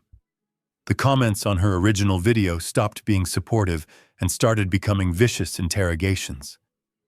"You said you were starving," one user wrote, "but you spent $5,000 on sushi last month. Show us the receipts." Britt, another, commented, his look real. "Yours look like tears." The hashtag Save Brittany vanished, replaced by hashtag Brittany is a liar. She had tried to weaponize her poverty, but she had forgotten that her entire audience was built on people who worked hard for their money. By crying wolf while wearing a coat worth their annual salary, she had insulted them. I sat back in my chair watching her follower count drop by the hundreds every second. It was a digital hemorrhage. She had wanted to be famous. Now she was infamous. I didn't have to say a word. I simply let the ledger speak, and the numbers screamed louder than she ever could. The internet is a cruel and efficient executioner. It does not require a trial, it does not ask for a jury, and it certainly does not offer appeals. Within minutes of my advertising campaign hitting the servers, the digital landscape shifted beneath Brittany's feet with the violence of an earthquake. She was still holding her phone, still refreshing the feed, expecting to see more sympathy, more validation, more soldiers for her war against me. Instead, she saw the tide rushing out, revealing the ugly, jagged truth of the ocean floor. The hearts and crying face emojis were gone. In their place was a wall of green snake emojis, the universal symbol for a liar. The comments scrolled by so fast, they were a blur of hatred. "You spent $20,000 on a handbag while claiming you were starving. You are disgusting. Refund your sponsors. My dad works 2 jobs and you are stealing millions." Brittany tried to ban the dissenters. Her manicured fingers flew across the screen, tapping block, delete, block, delete. But for everyone she silenced, 10 more appeared. It was a hydra of indignation. She looked up at the camera, her face pale beneath the harsh glare of the ring light, her eyes darting back and forth like a trapped animal. "Guys," she stammered, her voice shrill and breaking. "That is fake. He photoshopped those bank statements. You have to believe me. He is trying to trick you. But belief is a currency, and she was bankrupt." Then came the notifications that hurt more than the insults. The corporate distancing. In the world of influencers, brands are terrified of controversy. They flee from it like rats from a sinking ship. It started with a notification from her biggest sponsor, a luxury skincare brand that paid her $5,000 a post. But they didn't just email her privately. To save their own reputation, they commented directly on her live stream pinned at the top for everyone to see. Lux Glow Official. "We are aware of the financial disclosures regarding this creator. Effective immediately, we are terminating our partnership with Brittany Sullivan. We do not condone fraud or the exploitation of family members." Brittany stared at the comment. Her mouth fell open. That contract paid for the lease on the Tesla. That contract paid for her Pilates classes. It was gone. Then came the fashion label. Then the vitamin supplement company. It was a domino effect of corporate cowardice. No brand wanted to be associated with a woman who burned millions of her father-in-law's dollars while pretending to be a victim. They weren't just firing her. They were publicly executing her career to save their own stock prices. "I lost everything," she whispered, the reality finally piercing through her delusion. Tyler, sitting on the bed with his ankle monitor humming, looked up from his own misery. "What happened?" "They are canceling me," she screamed, picking up the phone and throwing it onto the cheap duvet. "Everyone. The sponsors. The agency. They are all pulling out. I just lost $20,000 in monthly revenue in 5 minutes. She looked at her hands, the hands that had never done a day of hard labor in her life.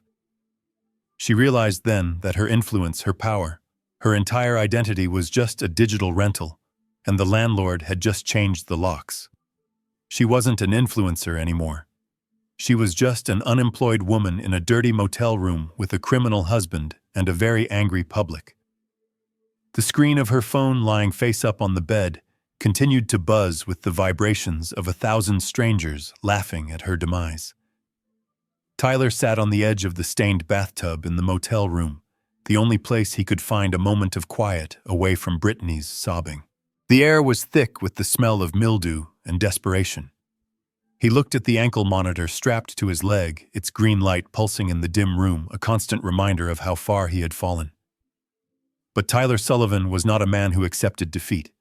In his mind, he was still a visionary, a CEO, a man who just needed one lucky break to turn the tables. He pulled his phone from his pocket. His hands were shaking, but his mind was racing with a new, desperate theory. His father had claimed to be Zeus, the mysterious angel investor. But that had to be a lie. It had to be a bluff designed to crush him. His father was an old-school industrialist who made money in steel and shipping. He didn't understand tech. He didn't understand disruption. There was no way Conrad Sullivan was the visionary voice behind the encrypted emails and the strategic guidance Tyler had received for 5 years. Dad is lying, Tyler whispered to himself, the sound bouncing off the tiled walls. He just wants to scare me. He is a silent partner, maybe. But the real Zeus, the man who manages the fund, he will listen. He cares about the return on investment. He scrolled through his contacts until he found the number he had only dialed once before. Zeus Capital. Emergency line. He pressed call. He held his breath. The ringback tone sounded like a lifeline. 1 ring, 2 rings. Tyler rehearsed his pitch in his head. He would explain the legal trouble as a misunderstanding. He would frame the bad press as a smear campaign. He would ask for a bridge loan, just $2 million to settle the debts, get the ankle monitor off, and relaunch the brand. A voice answered. It was not his father. It was a woman, her voice cool, professional, and detached. Zeus Capital Executive Office. Tyler let out a breath he didn't know he was holding. See, he thought. It's a real firm. It's not just him. Hello, this is Tyler Sullivan, CEO of Technovation, he said, trying to inject the old authority into his voice, though it cracked slightly at the edges. I need to speak with the managing director immediately. It is regarding the solvency of the portfolio company. It is a matter of life and death for the asset. There was a pause on the other end. The silence stretched for an agonizing 10 seconds. Tyler squeezed his eyes shut, praying to a god he hadn't believed in until this morning. Mr. Sullivan, the woman said, her tone unreadable. We have been monitoring the news. The director is willing to meet with you. He believes a restructuring conversation is overdue. Tyler's heart leaped. Restructuring. That meant they still saw value. That meant they weren't walking away. Yes, Tyler said, standing up, the hope flooding back into his veins like a drug. I can be there in an hour. I just need to call my parole officer to get clearance for a business meeting. I can be at the downtown office. The director will expect you at 10 o'clock tomorrow, she replied. Do not be late, and bring all updated financial records. The line went dead. Tyler lowered the phone, a manic grin spreading across his face. He looked at himself in the dirty mirror. He looked tired. He looked broken, but he was still in the game. His father thought he had checkmated him, but Conrad had forgotten one thing. Business is not about family. It is about profit. And Tyler was convinced he could sell sand to a desert if given the chance. He walked back into the bedroom. Brittany was lying face down on the pillow. Get up, Brittany, Tyler said, grabbing his suit jacket from the floor. Stop crying. I just fixed it. I have a meeting with the money. He didn't know that the appointment he had just made wasn't a lifeline. It was a summons to the final circle of hell. He didn't know that the director he was going to meet was not a new savior, but the same wolf he had been running from, waiting patiently to devour the last scraps of his dignity. Before I reveal who is really waiting for him behind that office door, comment just one word below, ready, so I know you're still here with me. And a quick note before we continue, the next part of this story includes dramatized elements created for storytelling purposes. Some details may be fictional, and if you'd rather not continue, this is the moment you can step away. The elevator ride to the 75th floor took exactly 45 seconds. But to Tyler, it felt like a lifetime. He stood alone in the mirrored box, adjusting his tie for the 10th time, trying to wipe the sweat from his palms onto his trousers. He had convinced himself that the address for Zeus Capital being in the same building as his father's penthouse was just a coincidence. After all, the Pinnacle was the most prestigious address in the city. It made sense that a high-powered investment firm would have an office there. It had to be a coincidence. It was the only lie he had left to hold on to. The doors slid open with a soft, expensive chime. Tyler stepped out expecting a receptionist, a waiting area, perhaps a logo on the wall. Instead, he stepped directly into a vast, open living space. The floor was Italian marble, cold and white. The walls were floor-to-ceiling glass, revealing the gray, churning sky over Lake Michigan. Tyler froze. He knew this room. He knew the smell of the old leather books and the faint scent of sandalwood. He had run through this room as a child. This wasn't an office. This was the penthouse. "Hello," he called out, his voice echoing in the emptiness. "Is anyone here? I have a meeting with the director." There was no answer. The room was still save for the dust motes dancing in the pale light. In the center of the room, facing the massive window, was a high-backed leather armchair. It was turned away from him, a silhouette against the bright gray sky. A hand rested on the arm of the chair, holding a crystal tumbler of water. Tyler took a hesitant step forward, the GPS monitor on his ankle chafing against his skin. "Excuse me," he said, his voice trembling. "I was told to come here for a meeting with Zeus Capital." The chair did not move, but a voice drifted from it. A voice that was deep, familiar, and terrifyingly calm. "You are on time, Tyler. I always appreciated punctuality." Tyler stopped breathing. His blood turned to ice in his veins. The chair slowly swiveled around. There was no mysterious investor. There was no team of analysts. There was only Conrad Sullivan sitting comfortably in a cashmere sweater, looking at his son with eyes that held no warmth, no anger, just a profound clinical disappointment. "Dad," Tyler whispered the word, scraping out of his throat. Conrad took a sip of water and set the glass down on a small side table. He gestured to the empty sofa across from him. "Sit down, Tyler. We have a board meeting." Tyler stumbled back, shaking his head. "No, this isn't real. You aren't Zeus. You don't know anything about tech. You hate startups. You told me the internet was a bubble. I told you that to see if you had the conviction to prove me wrong," Conrad said, his voice steady. "I created Zeus Capital 10 years ago as a vehicle to support you without crippling you with my name. I wanted you to build something on your own merits. I read every pitch deck. I approved every round of funding. I was the one who told you to pivot to software in 2018.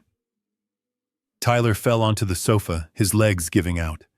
The realization crashed over him like a tidal wave. Every email, every strategic advice, every check that had saved his company at the last minute, it had all come from the man he had called obsolete. The man he had tried to institutionalize.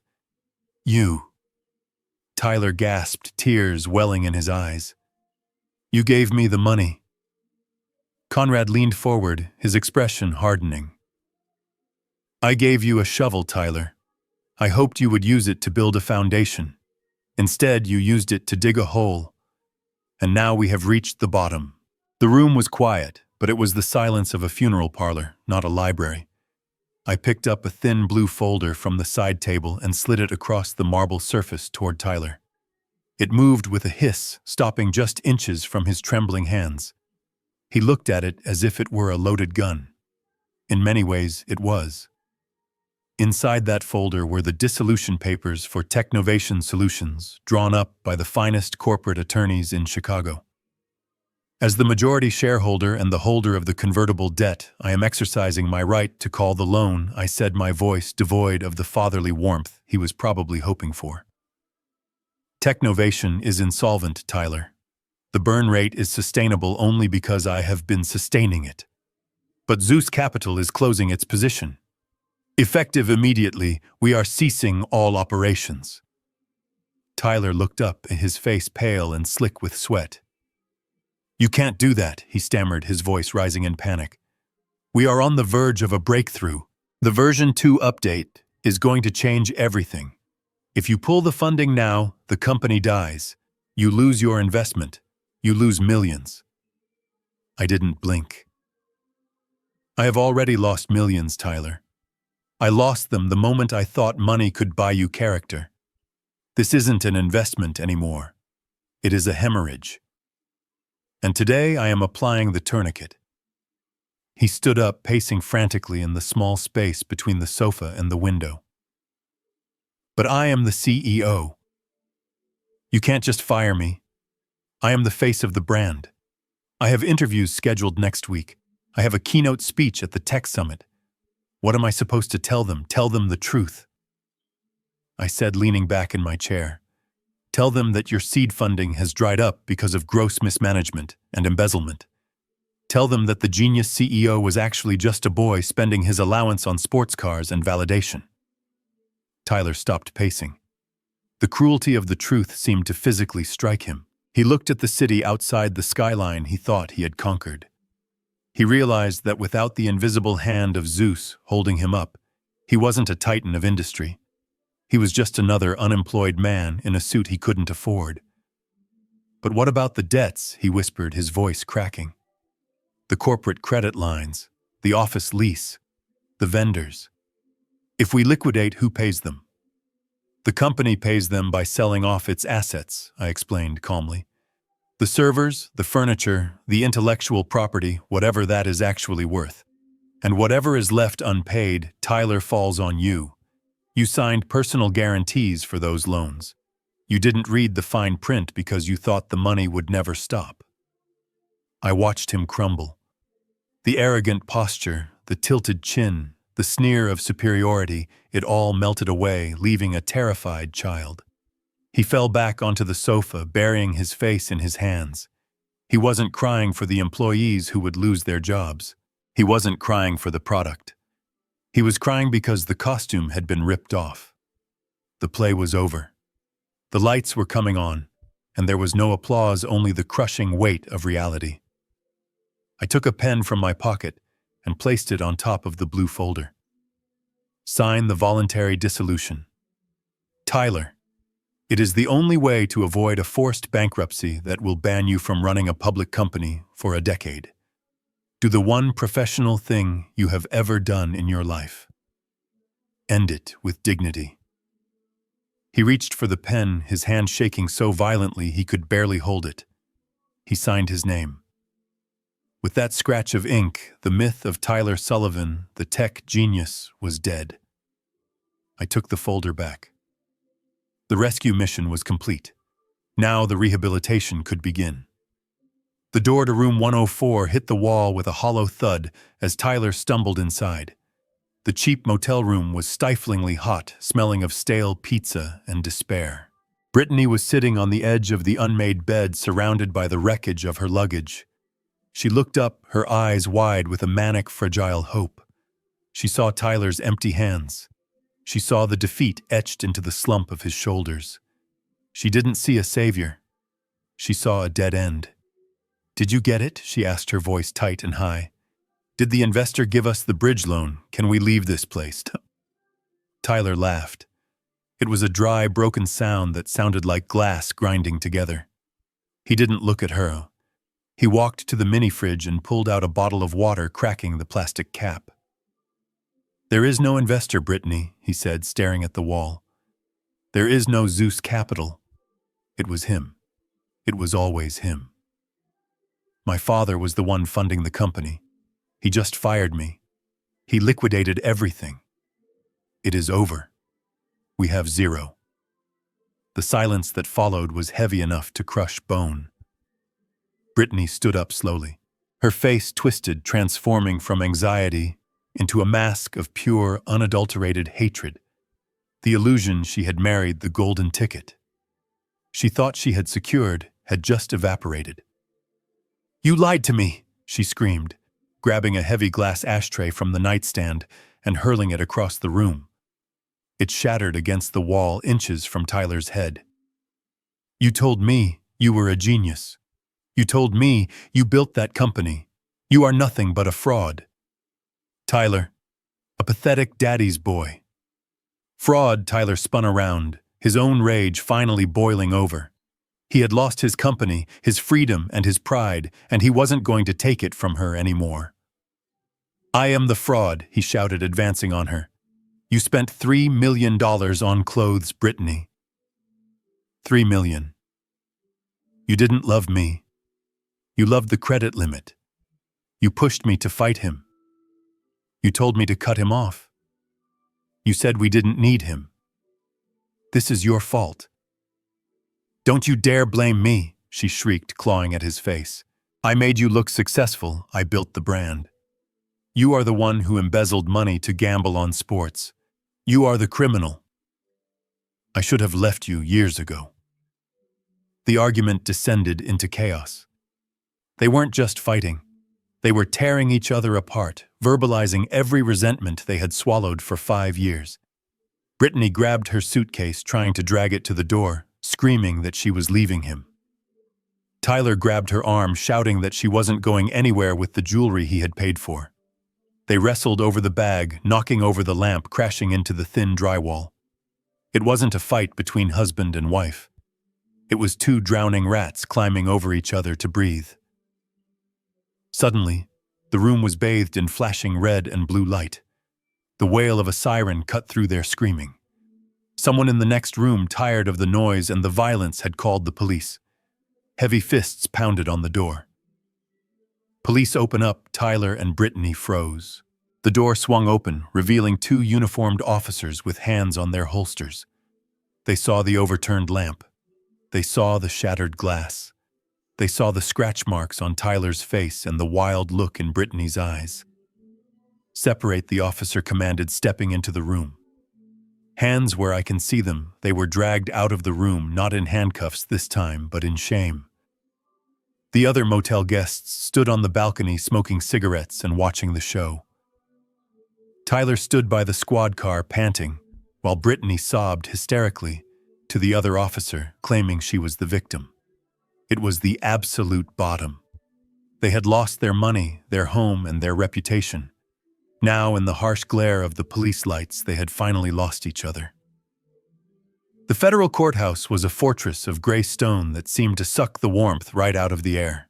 Inside courtroom 4B, the atmosphere was sterile and cold, stripped of the theatrical drama that had played out in the family court just weeks earlier.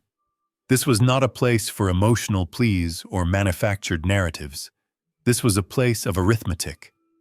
The math was simple. Tyler had stolen $2 million, and the government wanted to know why. I sat in the back row of the gallery on a hard wooden bench. I was the only family member present. Brittany was gone, vanished into the wind the moment the money ran out, likely looking for another host to attach herself to. Tyler sat alone at the defense table. He wasn't wearing Brioni today. He was wearing a slightly ill-fitting suit provided by the public defender's office, a polyester blend that hung loosely on his frame. He had lost weight. His hair, usually styled to perfection, was dull and unkempt. Next to him sat his lawyer, a court-appointed attorney named Ms. Holloway. She looked exhausted, burying her face in a mountain of case files. There was no dream team. There was no high-priced firm on retainer. When Tyler had used his one phone call to beg me for legal counsel, I had declined. I told him that a man who steals to gamble must bet on himself in court. The trial was brutally short. The evidence, much of it provided by my own forensic team, was irrefutable. The prosecution displayed the wire transfers on the monitors. They showed the dates, the amounts, and the destinations. They traced the money from the corporate accounts of Technovation directly to offshore sports betting sites in Antigua. It wasn't a complex scheme. It was sloppy, desperate theft. Tyler didn't take the stand. There was nothing he could say. He just sat there staring at his hands while the prosecutor painted him not as a visionary CEO, but as a spoiled child playing dress-up with other people's money. The judge, a stern man with wire-rimmed glasses, asked if the defendant had anything to say before sentencing. Tyler stood up slowly. His legs were shaking. He turned slightly, not to address the judge, but to look for me. Our eyes met across the divide of the courtroom. He looked for a nod, a sign, a checkbook, anything. I sat still. I offered him nothing but my presence. I was there to witness, not to intervene. "I am sorry," Tyler whispered to the room, his voice barely audible. "I just wanted to be successful." The judge was unmoved. "Mr. Sullivan," the judge said, his voice booming, "you were given every advantage in life.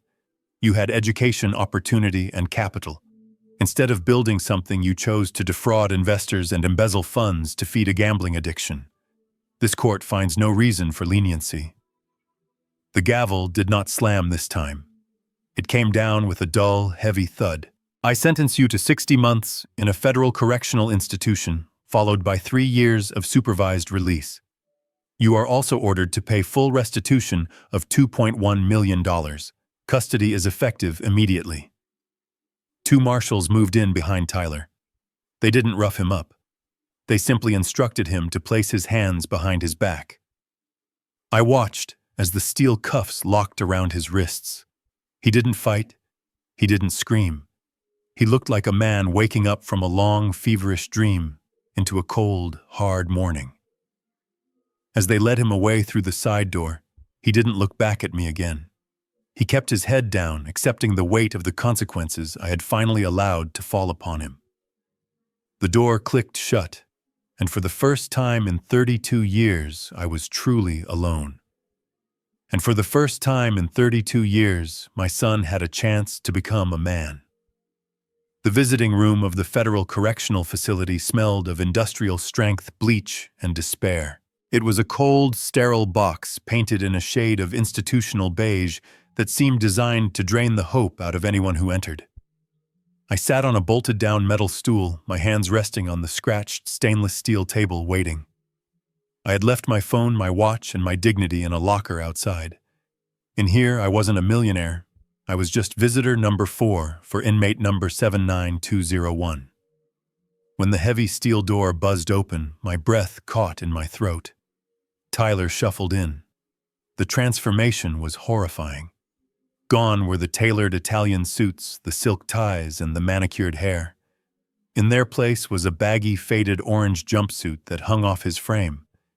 His head had been shaved to the scalp, revealing the vulnerability of his skull. He looked smaller. He looked like a boy who had been playing dress-up and had finally been stripped of his costume. He sat down across from me. He didn't say hello. He didn't ask how I was. He just stared at me through the thick plexiglass barrier, his eyes burning with a mixture of hatred and confusion. He picked up the black phone on the wall. I picked up mine. "You look good, Dad." He sneered, his voice tinny through the receiver. "The outside world treating you well." "Enjoying the penthouse. I am doing fine, Tyler," I said softly. "I wanted to see how you are holding up." He laughed, a harsh barking sound that drew a sharp look from the guard in the corner. "How am I holding up? I am in a cage, Dad. I sleep on a cot the size of an ironing board. I eat slop. I shower with 30 other men. That is how I am holding up." He leaned forward, his face pressing against the glass, his breath fogging it up. The anger finally boiled over, exploding out of him like steam from a cracked pipe. "Why are you here?" he screamed, not caring about the other visitors. Did you come to gloat? Did you come to see your masterpiece? You have $50 million in the bank. 50 million. You could have written a check. You could have paid the restitution. You could have hired the best lawyers in the country and got me probation. Why? Why did you let them take me? I watched him unravel. I watched him cry. It broke my heart, but I knew that fixing it would only break him further. I didn't let them take you, Tyler, I said, keeping my voice steady and calm. You took yourself here. I just stopped standing in the way.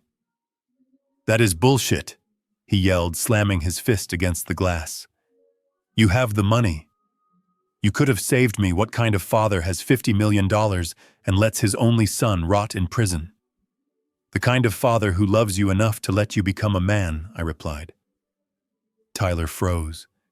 He looked at me as if I were speaking a foreign language. For 30 years, I saved you. I continued, my voice trembling slightly with the weight of the truth. I bought your grades. I bought your cars. I bought your career. I bought your wife. I paved every road you walked on so you would never stub your toe. And do you know what happened? You never learned how to walk. You became a crippled Tyler. You became a man who thought the world owed him everything because he never had to earn anything. I leaned in closer to the glass. If I had paid that restitution, if I had bought your freedom one more time, you would have learned nothing. You would have gone right back to the gambling, the lying, and the fraud. You would have stayed a child forever. The money was the poisoned sun, and I finally stopped feeding it to you. Tyler stared at me, his chest heaving. The tears were streaming down his face now, but the rage was slowly being replaced by a terrifying, hollow realization. I hate you, he whispered. I know I said standing up to leave, and I can live with that. Because for the first time in your life, you are going to have to survive on something other than my checkbook. This sentence is the first thing you will ever truly earn. And maybe, just maybe, when you walk out of here in 5 years, you will finally be free. I hung up the phone. I turned around and walked toward the exit, listening to the sound of my son sobbing behind the glass. I didn't look back. I had done the hardest thing a father can ever do. I had let him fall so that he might finally learn how to stand. It had been a week since the heavy steel doors of the federal prison slammed shut behind my son, and the silence in my penthouse was absolute. It was a clean, sharp silence, the kind that comes after a violent storm has finally passed. I was standing by the window watching the rain wash the grime off the city streets when the intercom buzzed. I didn't need to check the camera to know who it was. Misery has a very specific way of ringing the doorbell. I buzzed her up. When the elevator doors opened, Brittany stepped out. The transformation was complete. The high-fashion influencer, who had once sneered at the thread count of my guest sheets, was gone. In her place stood a woman soaking wet, shivering in a thin trench coat that looked like it had been pulled from a discount bin. Her hair, once her crowning glory, hung in limp strands around a face devoid of makeup. She looked like a ghost haunting the ruins of her own ambition. She didn't walk with that arrogant click of heels anymore. She shuffled. She stopped in the middle of the living room, clutching a manila envelope to her chest, as if it were a shield. Conrad, she whispered, her voice cracking. I didn't know where else to go. I didn't offer her a drink. I didn't offer her a seat. I stood by the fireplace, my hands clasped behind my back, waiting for the pitch. I knew there was always a pitch. I am leaving him, she said, rushing the words out. She stepped forward and placed the envelope on the marble coffee table. Those are the divorce papers. I filed them this morning. I am dissolving the marriage on the grounds of his criminal conviction. She looked up at me, her eyes wide with a desperate, calculating hope. I realized you were right, Conrad. Tyler is a criminal. He lied to me. He dragged me down. I was a victim in all of this. I just want to come back to the family. I want to be your daughter-in-law even without him. I can help you. I can manage the house. I can take care of you. Please don't let me starve out there. I looked at the divorce papers. Then I looked at her. It was pathetic, really. She was a parasite whose host had died, and now she was trying to attach herself to the organism that had killed him. She thought that by discarding my son, she could buy my mercy. She didn't understand that loyalty even to a criminal was the only currency I respected, and she had just proven she had none. I am afraid there is a misunderstanding, Brittany, I said, my voice cool and detached. You were never married to the family. You were married to the money. And since the money is gone, and Tyler is gone, your position here is vacant. I walked over to the kitchen counter. I didn't pick up a checkbook. I picked up a small crumpled piece of paper I had torn off a bulletin board at the coffee shop that morning. I walked back to her and held it out. She reached for it, probably thinking it was a check or a contact for a lawyer. When she saw what it was, her face went slack with horror. It was a flyer. Bold black letters on neon yellow paper. Help wanted. Dishwasher. Night shift. Minimum wage plus tips. What is this? She stammered, staring at the paper as if it were infectious. That is an opportunity, I replied. You said you were starving. You said you needed a fresh start. That diner is looking for hard workers. It involves hot water soap and standing on your feet for 8 hours. It is honest work, Brittany. Something you have never done in your life. She looked at me with pure hatred, the mask of the victim slipping away. You can't be serious. You expect me to wash dishes. I am a brand. You are a cautionary tale, I corrected her.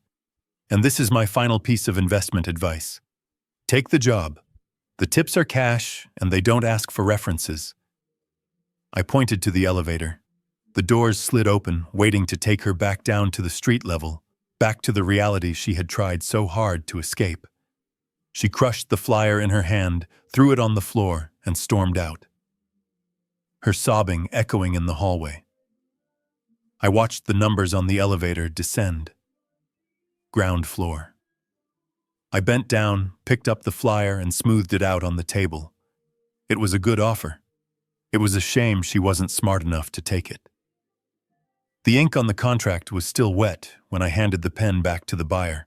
It was a Mont Blanc, a gift from my late wife 30 years ago, and I left it on the mahogany table along with the keys to the kingdom. Sullivan Logistics. The empire I had spent 40 years building from a single rusted truck into a global shipping titan was no longer mine. I had sold it to a European conglomerate for a sum that would make most men dizzy, but I didn't feel dizzy. I felt lighter. The weight of 5,000 employees, the fluctuating fuel prices, and the quarterly earnings calls had been lifted from my shoulders. I had ensured that every worker kept their job and their pension, a final act of loyalty to the people who had actually helped me build my fortune, unlike the son who had tried to steal it.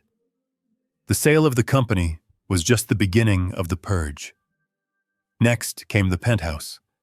The pinnacle, with its 75th floor views and its cold marble floors, was not a home. It was a mausoleum of memories I no longer wished to visit.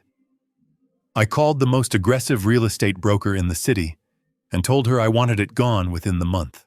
She sold it in 3 days to a tech billionaire who thought the address would give him class. I didn't care who bought it. I just wanted to hand over the keys and walk away from the ghosts of Christmas dinners where no one spoke and birthday parties that were just excuses for networking. I spent the next week in a small conference room at the law firm overseeing the liquidation of my physical assets. The vintage car collection, the art in the vault, the vacation home in Aspen that we hadn't visited in a decade. It all went to the auction block. To the world, it looked like the erratic behavior of a man in crisis. The tabloids speculated that I was senile, that the stress of my son's trial had finally broken my mind. They were wrong. I wasn't breaking down. I was cashing out. When the dust settled, the liquid assets were staggering. But I didn't put the money into a new hedge fund. I didn't buy a yacht. I sat down with my estate planners and drafted the charter for the Sullivan Trust. It was an irrevocable charitable trust designed to fund trade schools and vocational training programs. It was money for plumbers, electricians, carpenters, and mechanics. It was money for people who wanted to work with their hands. People who understood the value of sweat equity, people who knew that you have to build something before you can own it. I signed the deed of transfer, moving 90% of my net worth into the foundation. The lawyers looked at me with pale faces. They asked if I was sure.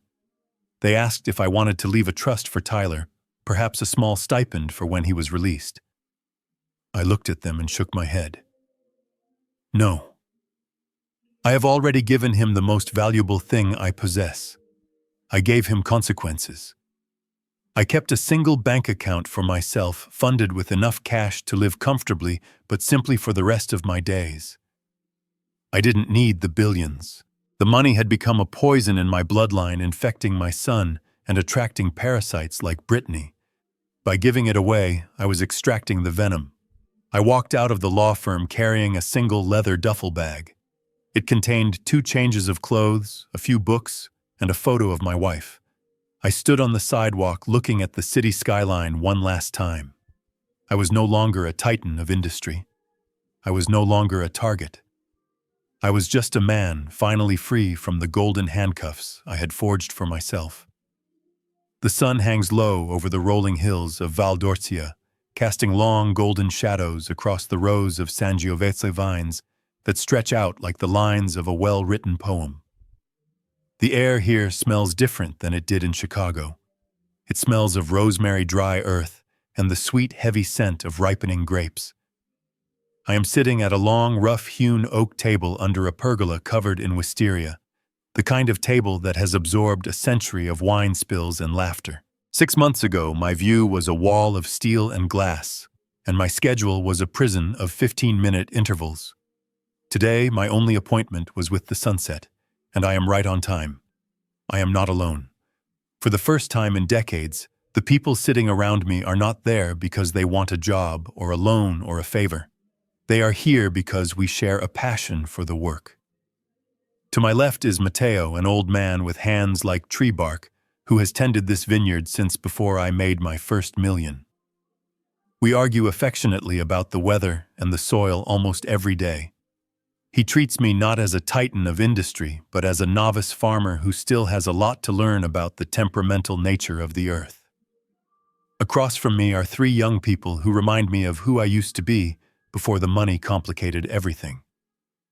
There is Luca, a 19-year-old aspiring stonemason from a village near Siena, whose tuition is paid for by the Sullivan Trust. Next to him is Sophia, who is studying sustainable agriculture, and Marco, who wants to be a master carpenter. They are eating bread dipped in fresh olive oil and talking excitedly about their projects. Luca is explaining the difficulty of restoring a medieval archway, and his eyes are shining with the pure, unadulterated joy of building something that will last. I pour more wine into Marco's glass. It is a simple table wine made right here on the estate, not the vintage reserves I used to hoard in my penthouse vault, but it tastes better than anything I ever drank in a boardroom. We are laughing about a mistake I made earlier in the day when I pruned a vine too aggressively. In my old life, a mistake was a crisis. Here, a mistake is just a lesson. I look around the table and I realize that for 40 years, I was the poorest man on earth.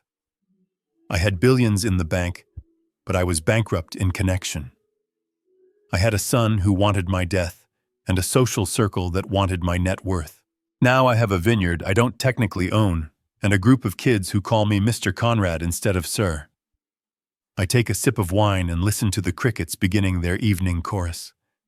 I think about Tyler sometimes. I hope that somewhere in his small gray cell he is finding a similar kind of clarity. I hope he is learning that stripping away the excess is the only way to find the essential. But I don't dwell on it.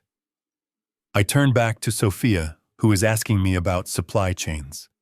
I lean in ready to teach, ready to share, not to control, but to empower. This is what retirement looks like. It is not an ending. It is simply the first time in my life that I am actually living. The evening breeze was cooling the stone terrace, carrying the scent of wild rosemary and the lingering heat of the day. The laughter of the students had softened into a comfortable murmur, the kind of easy silence that exists between people who have nothing to prove to one another. I reached for the bottle of wine to refill Mateo's glass, my hand steady and calloused from months of working the soil. Then my phone buzzed. It was a harsh, intrusive sound that cut through the symphony of crickets and conversation. I had almost forgotten the device was there. I rarely used it these days except to check weather reports or video call the estate lawyers. I picked it up. The screen glowed with a notification from an unknown number. The country code was +1. The United States. I swiped the screen to unlock it. The message was long, a block of text typed in a hurry, likely with trembling fingers in the dark of a cell. "Dad, please. It is Ty. I paid a guy a fortune to use this for 2 minutes. You have to help me. It is hell in here. I am scared. There are gangs. I owe money for protection. They said they will hurt me if I don't pay up by Friday. Please, Dad. I know you are mad, but don't let me die. Just wire $5,000 to this Venmo account. I will pay you back. I swear. Please save me." I read the words twice. The old Conrad, the man who wore suits and controlled boardrooms, felt a phantom pain in his chest. It was the instinct of a father, the biological imperative to protect his young. My thumb hovered over the keypad. It would be so easy. $5,000 was nothing to me. It was less than the cost of the wine we had drunk last week. I could wire it in seconds. I could buy him safety. I could stop his fear. But then I looked at the words again. I paid a guy. I owe money. I will pay you back. Even in prison, stripped of everything, Tyler was still hustling. He was still breaking the rules, bribing guards or inmates, finding a workaround rather than facing the reality of his sentence. He wasn't asking for forgiveness. He wasn't asking for a connection. He was asking for a bailout. He was treating prison like just another bad business deal that could be fixed with a wire transfer. If I sent the money, I wouldn't be saving him. I would be confirming everything he believed, that rules don't apply to Sullivans and that Daddy will always fix it. If I paid for his protection now, I would be paying for it for the next 5 years. He would never learn to survive on his own. He would never learn that actions have consequences that cannot be bought off. I looked up from the screen. Luca was watching me, concerned. "Is everything all right, Mr. Conrad?" he asked. I looked at the young stonemason, a boy who worked 10 hours a day to build a future, who had never asked me for a dime he didn't earn. I looked at the rolling hills of Tuscany disappearing into the twilight. I looked back at the phone one last time. I didn't type a reply. I didn't lecture him. I didn't say I loved him. Silence was the only answer he needed. It was the only answer that would force him to finally grow up. I pressed the power button, holding it down until the screen went black. "Everything is fine, Luca," I said, placing the phone face down on the table. "Just a wrong number." I picked up the wine bottle and poured. The red liquid swirled in the glass, catching the last light of the day. I took a sip and turned my back on the digital ghost of my son, choosing instead the real, honest life I had finally found. The phone screen was still glowing in the twilight, casting a pale, artificial light onto the weathered oak table. I looked at the name at the top of the chat. Tyler. For 30 years, that name had triggered a reflex in me. It was a reflex to fix, to pay, to smooth over, to save. It was a Pavlovian response where his crisis became my emergency. I felt the vibration again. He was typing another message. Probably a bargain. Probably a promise that this time would be different, that he had changed, that he just needed one last lifeline. But as I sat there, surrounded by the scent of wild rosemary and the gentle murmur of my friends, I realized something profound. The lifeline was not strangling him. It was strangling me. I had spent a lifetime building a fortress of wealth to protect my family, but I had forgotten that a fortress can easily become a prison if you lock yourself inside with the wrong people. I looked at the 3 dots in the corner of the screen. The menu dropped down. The option was there, written in red text like a warning sign. Block contact. My thumb hovered over the glass. In the past, I would have felt guilt. I would have felt the crushing weight of paternal obligation. But tonight, all I felt was the cool evening breeze on my face. I pressed the button. A confirmation box popped up asking if I was sure. I didn't hesitate. I tapped yes. The messages vanished. The typing indicator stopped. The digital tether that had bound me to his toxicity for so long was finally severed. I placed the phone face down on the table. It was just a piece of metal and glass, now silent and inert. A smile spread across my face. It was not a smile of triumph or vengeance. It was the soft, quiet smile of a man who has finally set down a heavy load after walking 1,000 miles. The air seemed to get lighter. The colors of the sunset deepened, shifting from gold to a rich, bruising purple. I looked around the table. Matteo was pouring the last of the wine. Sophia was laughing at something Luca had said, her face illuminated by the hanging lanterns. They were happy. They were free. And for the first time, so was I. I reached out and took the stem of my wine glass. The crystal felt cool and solid in my hand. I swirled the dark red liquid, watching the legs run down the side. I stood up slowly and walked to the edge of the terrace, looking out over the valley that was now draped in shadow. The world was vast and beautiful and faux.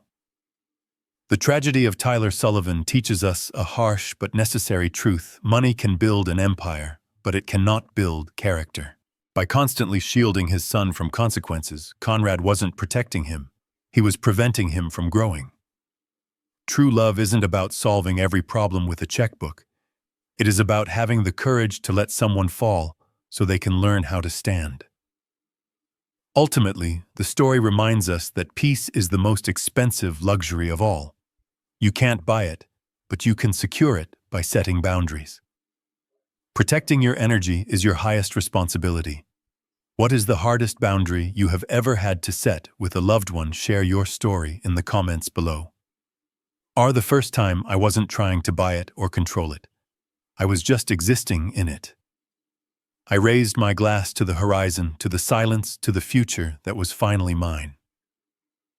I took a sip, tasting the earth and the fruit and the hard work that went into it. I closed my eyes and breathed in deep, filling my lungs with the sweet, clean air of Tuscany. I had lost a son, but I had found myself. I had lost a fortune, but I had gained a life. This silence, this distance, this absolute and beautiful boundary between my peace and his chaos, it was not an emptiness. It was a luxury. Personal space. It is the greatest gift of all. Looking back on my own life, I have to admit a painful truth. I didn't raise my son with money. I raised him with excuses. I believed providing endlessly was love, but I was wrong. If you are a parent listening to this family story, please don't repeat my mistake. Don't shield your children from consequences and call it protection. That path only creates entitlement, not strength. I learned the hard way that real love sometimes looks like letting go. God taught me that mercy without truth becomes weakness. God reminded me that accountability is not cruelty, it is discipline. And God showed me that forgiveness does not require financial rescue. This was never about anger or punishment. This was a family story about boundaries, not bitterness. What people call dad revenge was never about destroying my son. Dad revenge was about removing the illusion that money could replace character.